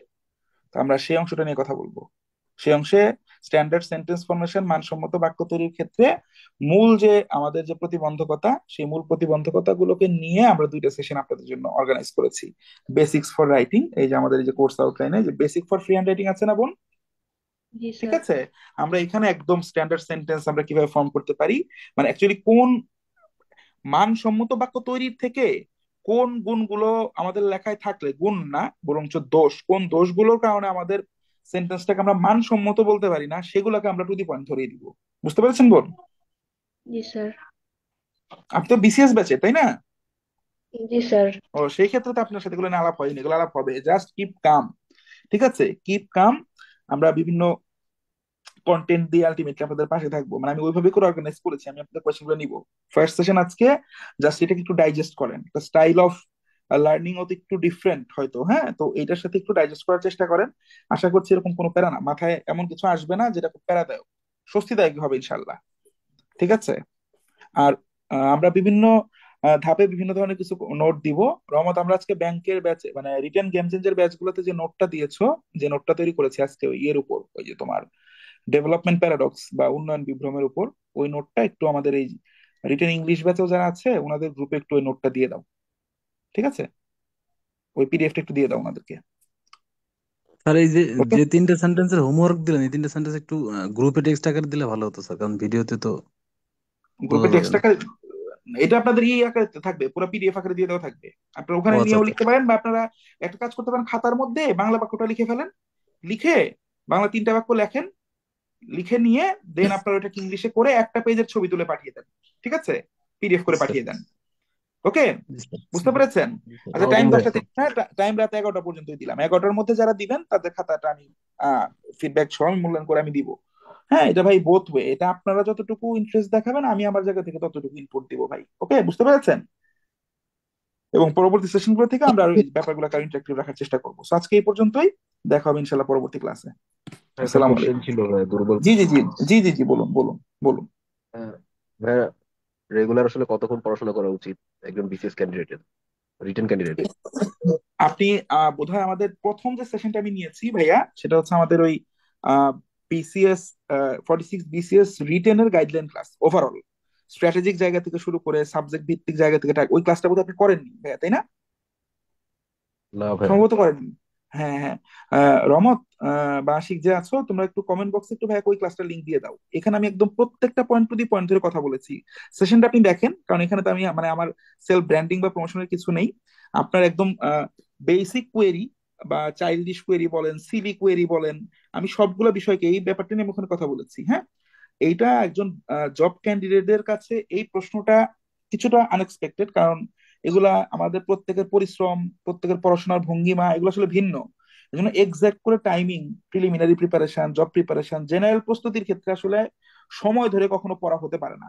বাট বিসিএস রিটার্ন প্রার্থীর ক্ষেত্রে আপনি যদি স্ট্র্যাটেজিক ভাবে প্রস্তুতি নেন, আপনার হাতে এখন যে সময়টা অবশিষ্ট আছে এই সময়টাকে আপনি কাজে লাগাতে চান, তাহলে যদি আপনার প্রতিদিন বেয়ার মিনিমাম 8 ঘন্টা যদি আপনি টেবিলে কোয়ালিটি স্টাডি যদি আপনার না হয়, তাহলে আপনাকে বুঝতে হবে you are far behind from where you need to be. বুঝতে পেরেছেন ভাই? জি ভাই। আমি খুব আমি খুব ক্লিশে, খুব খুব ক্লিশে, খুব বোরিং, অনেকে আলোচনা করে না এই ধরনের ব্যাপারগুলো নিয়ে ওখানে কথা বলেছি। যদি আপনার অনেক অনেক কিছু জানেন, আপনার স্মার্ট পিপল, বাট একটু যদি এটা গো থ্রু করেন, আমার মনে হয় আপনার আরো কিছু ডিফারেন্ট কিছু ইনসাইট পাবেন, প্র্যাকটিক্যাল কিছু ইনসাইট পাবেন। হ্যাঁ, এই যে আপনি যে ভাই প্রশ্নগুলো করলেন, এই ধরনের ভাই, প্রশ্ন আসা আমার দরকার। জি এই বলুন। প্রশ্নটা করার কারণটা ছিল ভাইয়া, মানে অনেক মানে ক্যাডার ভাইয়া বা আপুরা মানে ক্যাডার হওয়ার পরে এরকম বলে যে আমি 15 ঘন্টা 16 ঘন্টা পড়াশোনা করছিলাম, তো এই ব্যাপারটা আসলে খুব মানে অসম্ভব মনে হয় আর কি আমার কাছে, এই জন্য আমি জিজ্ঞেস উম, করছি। হ্যাঁ হ্যাঁ, না ঠিক আছে, আপনার মানে মানে আপনার কোয়েশ্চেনের ব্যাকগ্রাউন্ড ঠিক আছে ভাই। ব্যাপারটা হচ্ছে কি, সাফল্য হচ্ছে, মনে করেন যে কি সংক্রামকটা তো, সাফল্য হচ্ছে মানে এমন জিনিস, মানে একবার যদি এই মানে জিনিসের স্বাদ আপনি পান, তখন আপনি মানে জিলাপির এমন কিছু প্যাচও দিতে পারেন, হ্যাঁ, যে প্যাচ অ্যাকচুয়ালি সম্ভব না। তো সফলদের মুখে কথা শুনতে ভালোই লাগে, বাট কতটুকু অ্যাকচুয়ালি এক্সিকিউটেবল এগুলো নিয়ে অনেক ডাউট আছে। আমি শুধু আপনাকে একটা ফ্যাক্ট মানে কথা বলি, এটা আমার ব্যক্তিগত অপিনিয়ন, মানলে আপনি মানেন, না মানলে কিছু আসা যায় না আমার। এই যে অনলাইনে বিভিন্ন ভাইভা এক্সপিরিয়েন্স দেখেন না, ভাইভা এক্সপিরিয়েন্স বিভিন্ন জিনিস জিনিসগুলা, হ্যাঁ, সে কিভাবে পড়েছে, হ্যাঁ, সাফল্য কথা আমরাই যেটা লিখি, নিজের কথাই যেটা বলতে, আমি নিজেকে দিয়ে যদি বলেছি, আমাদের মধ্যে আমরা 80% আমার মনে হয় আমরা এক্সাজারেটেড মানে স্টেটমেন্ট দেই। হ্যাঁ, উইথ মানে ডিউ রেসপেক্ট, আসলে আসলে রেসপেক্ট না, এটা রেসপেক্ট না, রেসপেক্ট দিয়ে কথা বলার কিছু না। আমার কাছে মনে হয় আমরা একটু বেশি বেশি বলবো কি, মানে আমরা এক্সাজারেট করে বলি। হ্যাঁ হ্যাঁ, অবশ্যই প্রত্যেকের স্টোরিটা ডিফারেন্ট, প্রত্যেকের স্টোরিটা ডিফারেন্ট, প্রত্যেকের চ্যালেঞ্জেস গুলো ডিফারেন্ট, এক একজনের পড়াশোনার স্টাইল এক এক রকম, তাই না ভাই? কিন্তু বিসিএস রিটার্ন যেটা হয় সবাইকে সেম কাতারে নিয়ে আসে। আমি দেখবেন ওই অ্যানালিসিস সেশনে, আপনার ওভারঅল গাইডলাইন সেশনে আমি এই কথাটা বলেছি যে এখন এখন আপনি no matter how smart you are, আপনাকে অনেক তথ্য মুখস্থ করতে হবে, তথ্যপাত্র মুখস্থ করতে হবে। এই জন্য যে সময়টা অবশিষ্ট আছে, এই সময়ের মানে রেসপেক্টে যদি আমি বলি, তাহলে পড়াশোনার টাইমটা আসলে 8 থেকে 10 ঘন্টা অটোমেটিক্যালি হয়ে যাবে। এর থেকে কম পড়ে আপনি কুল পাবেন না। আমি শুধু বিসিএস রিটার্নের ক্ষেত্রে এই কথাটা বলতে পারি, অন্য কোনো পরীক্ষার ক্ষেত্রে বলতে পারি না। কিন্তু এই ক্ষেত্রেও আপনার বিভিন্ন কথা আছে। এই যে যেমন মেমোরাইজিং স্কিলের কথা বললাম, এই মেমোরাইজিং স্কিল সবার আমাদের সেম পর্যায়ে নাই। এই জন্য ওই যে আমি দেখবেন যে আপনাদের গাইডলাইন সেশনে বলেছি ডেল্টা স্লিপের কথা। আর ওই পড়াশোনার টাইমিং ভাই এক একজনের প্রস্তুতির প্যাটার্ন এক এক রকম, এক একজনের পারিবারিক স্ট্রাগলের গল্প এক এক রকম। কেউ ভাই মেসে মেসের মধ্যে, মেসে রুমের মধ্যে থেকে পড়ে, কেউ কোচিং এর লাইব্রেরিতে গিয়ে পড়ে, কেউ ভার্সিটির হোস্টেলের মানে রিডিং রুমে গিয়ে পড়ে, কেউ নিজের বাসায় পড়ার টেবিলে পড়ে। হ্যাঁ, কারো খাবার রেডি থাকে, কারো খাবার তৈরিতে কন্ট্রিবিউট করতে হয়, কেউ কোচিং এ ক্লাস করে, হ্যাঁ, কারো আবার এর ফাঁকে প্রেম প্রীতি করতে হয়। তো অনেক ধরনের, অনেকের আছে টিউশনই করতে হয়, এর মধ্যে চালাইতে হয় নিজের এক্সপেন্স বা ফ্যামিলি এক্সপেন্স বিয়ার করার জন্য। তো প্রত্যেকেই তো ডিফারেন্ট ইন্ডিভিজুয়ালস, তাই না? তো প্রত্যেকের স্টোরি তো ডিফারেন্ট হবে ভাই, এটা খুব বাস্তব। তো 15-16 ঘন্টা পড়ছে ভাই, এটা আসলে মানে এটা আমি করি নাই। আপনি যদি আমার কাছে প্রশ্ন, আমি আমার কথা বলতে পারি আমার ক্ষেত্রে। আবার অনেক আছে আমি পড়িই নাই, না পড়ে জীবনও ক্যাডার হওয়া যায় না ভাই, এগুলো ফালতু কথাবার্তা। আমার ক্ষেত্রে যেটা হয়তো, আমি বিসিএস রিটার্নের আগে দেখেছি কোনো না কোনো ভাবে আমার টেবিলে ভাই মানে 8-10 ঘন্টা বসে থাকতে হয়েছে, 8-9 ঘন্টা টেবিলে বসে থাকতে হয়েছে। কারণ হয়তো 8-9 ঘন্টার মধ্যে আমি 1-1.5 ঘন্টা কোনো টিচারের কোনো অনলাইনে কোনো ভিডিও দেখেছি বা ইউটিউবে কোনো একটা ভিডিও দেখেছি, আমি হয়তো 1 ঘন্টা নোট করেছি, 1 ঘন্টা তো পড়েছি, 1 ঘন্টা তো এর মধ্যে ফোন গুতিয়েছি করেছি, বাট 8-9 ঘন্টা আমার টেবিলে বসে থাকতে হয়েছে, around 8 hours, 6 hour to 8 hours বসে থাকতে হয়েছে বিসিএস রিটার্নের সময়। হ্যাঁ, অন্যান্য সময় মানে আমি অ্যাকচুয়ালি ওরকম স্ট্র্যাটেজিক ভাবে, এবং এই 8-9 ঘন্টার সময় আমি অধিকাংশ ক্ষেত্রে ব্যয় করেছি শুরুতে প্ল্যানিং ফেজে। প্ল্যানিং ফেজে সময়টা সর্বোচ্চ ব্যয় করবেন, তখন দেখবেন এক্সিকিউশন ফেজে গিয়ে সময়টা কমে আসতেছে। হ্যাঁ, তো এগুলো নিয়ে বিস্তারিত ওখানে কথা বলেছি। সো 15-16 ঘন্টা যে বলেছে সে মিথ্যা কথা বলছে আমি বলবো না, হতে পারে তার গল্প তার আমি দেখি নাই, সো মানে I am no one to জাজ হিম অর হার, তাই না? জাজমেন্টাল হওয়ার সুযোগ নাই। বাট সবাই 15-16 ঘন্টা না পড়লে ক্যাডার হওয়া যাবে না, এইটাকে আমি সমর্থন করি না ভাই। হ্যাঁ, আবার কেউ না পড়েই ক্যাডার হয়ে গেছে, এইটাও ভাই মানে চূড়ান্ত লেভেলের মানে ঝামেলাজনক কথাবার্তা। আপনাকে পড়তে হবে, আপনাকে অনেক তথ্য মুখস্থ করতে হবে, তো এটার জন্য আপনাকে, আপনি যতই স্মার্ট হন যতই পণ্ডিত হন, ওই আপনি আইবিএ থেকে পড়েন, ওই বুয়েট থেকে পড়ছেন, কোথা থেকে পড়ছেন, এটা ম্যাটার করে না। আপনাকে টেবিলে সময় দিতে হবে, গ্রাউন্ড ওয়ার্ক করতে হবে আপনাকে ভাই। হ্যাঁ, নাইলে বিসিএস রিটেন এটার জন্য না। হ্যাঁ, ব্যাংকের জব, ব্যাংকের চাকরি অনেক কাছে না পড়ে হইতে পারে, এটা আমি এগ্রি করি। ওরকম এফোর্ট ছাড়াই সে মানে পেয়ে যেতে পারে, একটা মানে গোত্র আছে, গোত্রভুক্ত স্টুডেন্ট আছে, ঠিক আছে, তারা এটা হইতে পারে, এটা আমি বিলিভ করি। কিন্তু ভাই বিসিএস এটা ভাই হওয়ার না, এটা আমার একটা ব্যক্তিগত মতামত। ঠিক আছে, এই হচ্ছে বিষয়। জি ভাইয়া, থ্যাংক ইউ ভাইয়া। ভাইয়া, জি ভাই আমার বলুন। একটা কোয়েরি ছিল। জি জি, বলুন বলুন। ভাইয়া ওই যে আমাদের বিভিন্ন কোচিং সেন্টারের বিভিন্ন প্রোগ্রাম থাকে, হচ্ছে এক্সাম ব্যাচ যেগুলো বিসিএস এর আগে হুম রিটেনের, তো হুম হুম সেক্ষেত্রে হুম আসলে দুইটা টাইপ পাওয়া যায়, একটা হচ্ছে অনলাইন কিংবা অফলাইন।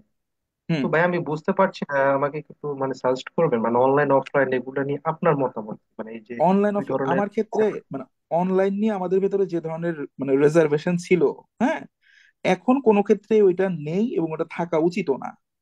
এখন ব্যাপারটা হচ্ছে মানে এটাও মানে ইন্ডিভিজুয়াল টু ইন্ডিভিজুয়াল ভ্যারি করে। লেটস সে আপনি মিরপুর 10 নম্বর থাকেন, ধরেন কথার কথা মিরপুর 10 নম্বর থাকেন, আর মিরপুর 10 নম্বরে আশেপাশে মানে স্বনামধন্য যত কোচিং সেন্টার আছে সব কোচিং সেন্টারের ব্রাঞ্চ আছে। তা আপনি যদি একটা মডেল টেস্ট প্রোগ্রামে আপনি দিতে চান, সেই ক্ষেত্রে রিয়েল এক্সাম হলের এনভায়রনমেন্টটা একটু ভিন্ন।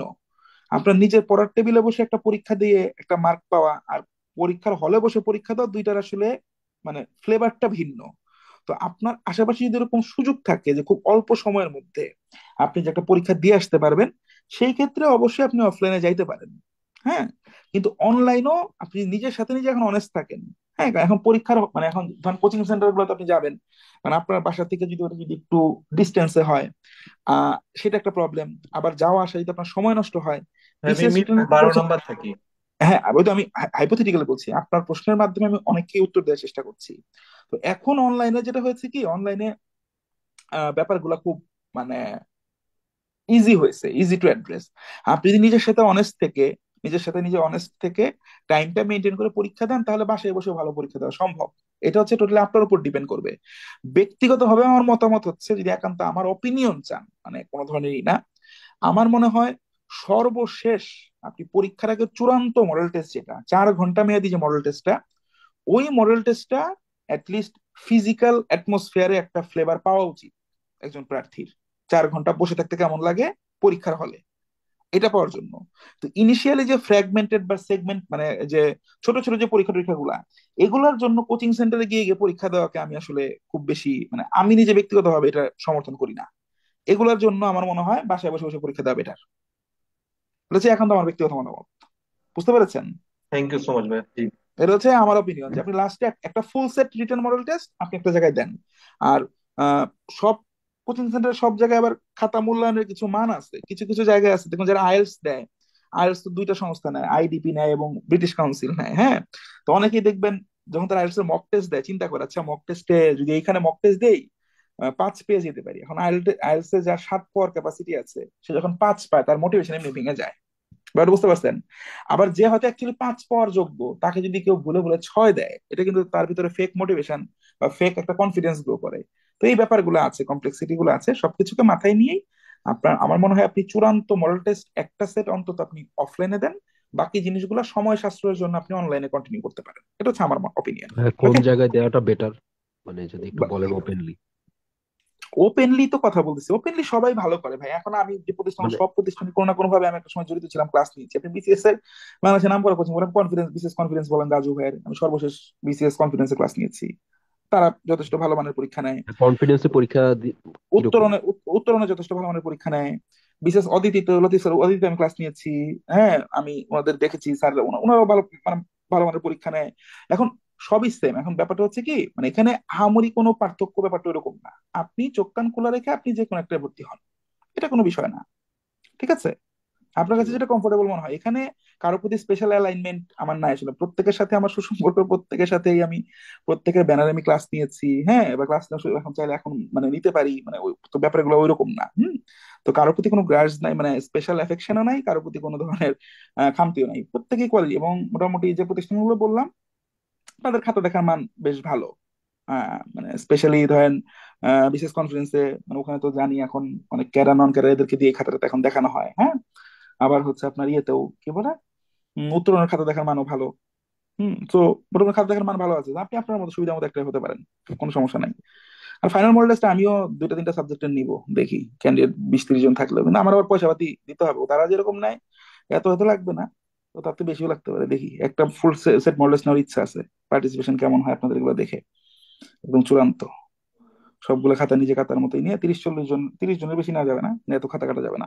নিজে থেকে 30 জন বা 40 জনকে হয়তো নিয়ে শুরু করবো সামনে। আর ইংলিশ প্রিপারেশন নিতে চাইলে আহ, অবশ্যই ইংলিশে গেম চেঞ্জারে যেভাবে খাতা ইভ্যালুয়েট করা হবে, এভাবে খাতা কেউ ইভ্যালুয়েট করবে না। That much I can assure you. হ্যাঁ, সাটল ব্র্যান্ডিং বলেন বা যাই বলেন, ইংলিশের মানে এক্সাম কবে ইংলিশে থেকে শুরু হবে? ইংলিশে আমাদের প্রথম এক্সাম ব্যাচ আগামীকাল থেকে শুরু হবে, এবং সেই এক্সাম ব্যাচ টোটালি বুকড। 40 জন আমরা নিব, 40 জনই হয়ে গেছে আমাদের, ফুললি আচ্ছা। অকুপাইড। আমাদের পরের ব্যাচ আবার আমরা জানুয়ারির 1 তারিখ থেকে শুরু করবো, যেটা প্ল্যান করেছি। এই ব্যাচের অধিকাংশ পরীক্ষা আমরা এই মাসেই নিয়ে নিব, ডিসেম্বর। কারণ সবাই মোটামুটি খুব মানে সব অধিকাংশকে আমি নামে চিনি তো, মানে সবাই মোটামুটি খুব ওয়েল প্রিপেয়ার্ড। তাদের সপ্তাহে 4টা 5টা পরীক্ষা দেওয়ার যোগ্য মানে ক্যাপাসিটি তাদের আছে। তো তাদের পরীক্ষাগুলো আমি খুব দ্রুত নিয়ে নিব। পরের ব্যাচটা আমি জানুয়ারি 1, 2, 3 তারিখে শুরু করবো। হুম। ইংলিশের জন্য গেম চেঞ্জারের বাইরে অন্য কেউ না। গেম আমাদের চেঞ্জার এই ব্যাচে তো কি পরীক্ষা হবে না স্যার, এই গ্রুপে এই ব্যাচে? কোন ব্যাচে?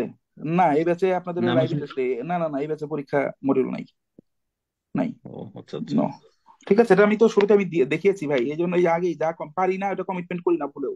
আমি এখানে অনেক নোটস দিব, বুঝতে পারছেন ব্যাপারটা।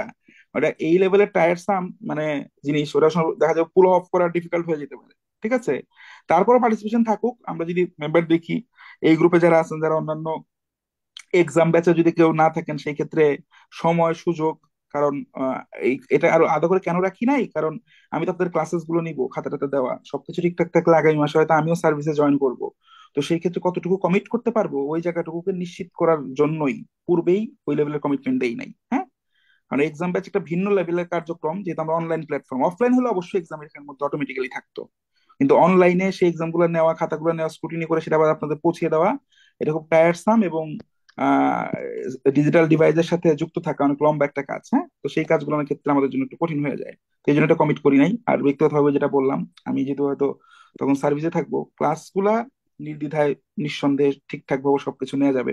তো এক্সামের ক্ষেত্রে ব্যাপারগুলো ডিফিকাল্ট হয়ে যেতে পারে। আমাদের রিটেন ইংলিশ গেমস এর ব্যাচ গুলোতে আমরা পরীক্ষা রাখি না, আমাদের লাইভ ইন্টারাকশন থাকে, আমাদের এক্সাম ব্যাচ আলাদা। বুঝতে পেরেছেন? ওকে, আমার মনে হয় আজকের মতো ওই পর্যন্ত থাকতে পারি আমরা। আপনারা 11টার মধ্যে যারা দিবেন, মেইল অ্যাড্রেসটা কি দেওয়া হয়েছে? রহমত, দেওয়া হয়েছে মেইল অ্যাড্রেসটা? ওনারা যে মানে অ্যাড্রেসে মেইলটা করবে, দেওয়া হ্যাঁ, হয়েছে? মেল অ্যাড্রেস স্যার দিয়েছি। হচ্ছে মেন্টরশিপ প্রোগ্রাম সম্পর্কে জানতে চাচ্ছিল, আমরা কবে শুরু করব? মেন্টরশিপ প্রোগ্রামে আগে আমি বারবার বলছি ভাই, মেন্টরশিপ প্রোগ্রামে পার্টিসিপেশন নিব আমি। ওই এখন আর মানে এটা সম্পর্কে আমরা ঘোষণা এই 16 ডিসেম্বরের পরে দিব। কারণ এটা নিয়ে খুব ব্যাপক আকারে কাজ করতে হবে। যতই সাবজেক্ট অ্যানালাইসিস করতেছি, তত দেখতেছি প্রচুর কন্টেন্ট আছে, যে কন্টেন্ট গুলো আসলে পড়াইতে হবে, আলাদা করে বলতে হবে, এবং কমন তথ্য। তো মেন্টরশিপ প্রোগ্রাম মানে কি? মেন্টরশিপ প্রোগ্রামের ভিতরে তো আপনার ইংলিশ রিটেন কোর্সটা আছে, এর সাথে অন্যান্য সাবজেক্টের ক্লাস এবং সাপ্তাহিক Q&A session, individual mentorship, individual problem solving এর যে জায়গাগুলা। প্রবলেম সলভিং মানে হচ্ছে আপনার করণীয় কি, স্ট্র্যাটেজি নির্ধারণ করে দেওয়া, আপনার কিছু কোয়েরি শোনা, এগুলা নেওয়া। তো এগুলোর টাইমটা কমিট করার জন্য আগে আমরা মূলত আমাদের আগের আরেকটা ব্যাচ রানিং আছে, ওই ব্যাচের কার্যক্রমটা আমরা শেষ করে দেন আমরা মেন্টরশিপ প্রোগ্রামটাকে অ্যানাউন্স করবো। তো মেন্টরশিপ প্রোগ্রামের ভিতরে তো রিটেন ইংলিশ এই ব্যাচটা থাকবেই, সেটা তো পার্ট, আমি বারবার বলেছি। তো যারা আছেন মেন্টরশিপে, যদি আপনারা এনরোল করতে চান, সেক্ষেত্রে আপনাদের যে রিমেনিং বাড়তি যে ফিটা আছে এই কোর্স ফির সাথে ওইটা অ্যাডজাস্ট করে দিয়ে দিলেই হবে। মেন্টরশিপ প্রোগ্রামের একটা পার্ট হচ্ছে এটা ইংলিশ রিটেন কোর্সটা। তো এই জন্য ইংলিশ রিটেনটাকে আমরা আগে দিয়েছি। এটা আপনার 17 তারিখ আপনাদের কমপ্লিট অ্যানাউন্সমেন্ট দিব এটা নিয়ে। ঠিক আছে? স্যার আসসালামু আলাইকুম, একটা প্রশ্ন ছিল। জি বলুন বোন। এই অনুবাদের ব্যাপারে, অনুবাদ তো আসলে অনেক বেশি প্র্যাকটিস করতে হবে এখন। এক্স্যাক্টলি। এটা আসলে কোন জায়গা থেকে প্র্যাকটিস হ্যাঁ করলে বলবো ভালো হয়? বলবো বলবো, একটু ওয়েট করেন। কিছু সোর্স আছে, আমি আগেই বলেছি এই যে আজকে ওপেন প্ল্যাটফর্মে ক্লাস ক্লোজ সার্ভিস আমরা কোথায় থেকে প্র্যাকটিস করব, কোন কোন বইগুলো দেখতে পারি না পারি, এগুলো আমি আপনাদের বলবো। এখানে প্রথম আচ্ছা। কথা, ইন্ডিভিজুয়ালি একক একক কোনো বই নাই, কারণ একটা বই মানে হচ্ছে একটা বই, জি একটা অনুবাদের একটা লাইনই দিয়েছে। তো আমি আপনাকে যেটা বোঝাচ্ছি, এখানে তো বুঝাইলাম যে একটা লাইনের অনুবাদ 50 রকম হইতে পারে এবং 50টাই সঠিক হইতে পারে, তাই না? জি তা আমরা জি। শুধু একটাকে তো ওই স্যাক্রেড মেনে, এটা ধর্মগ্রন্থ মেনে তো আমরা আগাতে পারবো না। তা আমরা মোটামুটি কতটুকু কাছাকাছি করতে পারলাম এটা দেখার জন্য অ্যাকচুয়ালি এরকম কোনো বই নাই, কিন্তু আমরা কিছু গভর্নমেন্ট পাবলিকেশন থেকে প্র্যাকটিস করবো। বলে কোন পাবলিকেশন, এগুলো আমি বলবো আপনাদের ক্লোজ গ্রুপে। ঠিক আছে? আচ্ছা বলবো, স্যার, একটু সময়। এই ইংলিশ এক্সাম ব্যাচ, এটা তো একটা আগামীকাল থেকে শুরু হবে, এটা তো গ্রেট। আগামীকাল থেকে শুরু হবে, এটা তো আপনাদের অ্যানাউন্স করেছি, গত ক্লাসেও বলেছি, স্যার আপনারা স্যার শুনিনি। প্রেজেন্টেশন নিয়েছেন। না, আমরা বলেছি 11 তারিখ থেকে আমাদের এক্সাম ব্যাচ আর কি। তো দেখি আমরা কি বলবো, আমাদের জানুয়ারির 1 তারিখ থেকে আমরা আরেকটা শুরু করব, সমস্যা নাই। তো যারা আচ্ছা ওইটা করে প্লিজ। না, যারা ওইটাই আসতে চান, তারা কাইন্ডলি আপনার একটু জানিয়ে রাখবেন এক্সাম ব্যাচের জন্য। রমা, তুমি আমাদের এক্সাম ব্যাচ টুর একটা ওয়েটিং গ্রুপ করে ফেলো, তাহলে যারা এই যে এখন এক্সাম ব্যাচের কথা বলছে ওনাদেরকে যাতে আমরা আগে অ্যালোকেট করতে পারি। ঠিক আছে? জি স্যার, ঠিক আছে। ঠিক আছে, সেটার প্রসেস করে যারা থাকে তাদের ওয়েটিং গ্রুপে তুমি রেখে দিও। ওটা আমরা জানুয়ারি 1 তারিখ থেকে শুরু করবো, এটা তাহলে নিশ্চিত করে দিবা। ঠিক আছে? ওটাও আমরা 40 জনই নিব। এক্সাম ব্যাচের আমাদের যে কোর্স ফি থাকে নমিনাল যে কোনো একটা বুকিং অ্যামাউন্ট নিয়ে, ওটা খুব নমিনাল একটা অ্যামাউন্ট নিয়ে তুমি কনফার্ম করে রাখবা, ওয়েটিং গ্রুপ খুলে রাখবা একটা। ঠিক আছে? খুবই নমিনাল নিয়ে। ওকে তাহলে স্যার। ওই 40 জনকে আমরা আগে অ্যালোকেট করবো। ওকে? আচ্ছা, ঠিক আছে। আর হচ্ছে আপনাদের গ্রুপে অলরেডি আমি হচ্ছে পিডিএফ আপলোড দিয়ে দিছি। যারা যে গ্রুপে আছেন, মানে ইংলিশ গ্রুপে এবং হচ্ছে বিসিএস এর গ্রুপে, দুটাতে আপনাদের ড্রাইভে আপলোড করা হয়েছে। বিসিএস এর গ্রুপে ড্রাইভ লিংকটা দেওয়া হয়েছে, আপনারা ওইখান থেকে পিডিএফটা ডাউনলোড করে নেন। ঠিক আছে?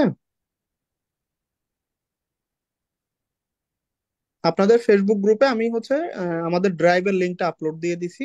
ওই ড্রাইভের ভিতরে আপনাদের যত ম্যাটেরিয়ালস আমরা নেক্সটেও দিব, সবই ওইখানে আপলোড করা থাকবে। বুঝতে পারছেন ভাইয়া? ভাই জি গ্রুপে ফাইল আকারে পিডিএফ গুলো দিলে ভালো হইতো, ড্রাইভ উম, ড্রাইভ। আমরা গ্রুপে ভাইয়া প্রতিটা দেয়া, গ্রুপ থেকে অনেকে আবার ডাউনলোড করা যায় না, যারা অ্যাকচুয়ালি ফোন থেকে ইউজ করেন। যাদের ল্যাপটপ কম্পিউটার আছে তাদের ক্ষেত্রে তো ভিন্ন ব্যাপার। আর ফোন থেকে অধিকাংশ যারা অ্যান্ড্রয়েড ইউজার, এরা ডাউনলোড করতে পারে না। মানে আমরা এর আগেও এভাবে দিছি, আমিও অন্যান্য প্রতিষ্ঠানেও যখন ছিলাম তখনও দিয়েছি, বাট এটা আসলে কাজে দেয় না। ঠিক আছে, অনেকে ডাউনলোড করতে পারে না।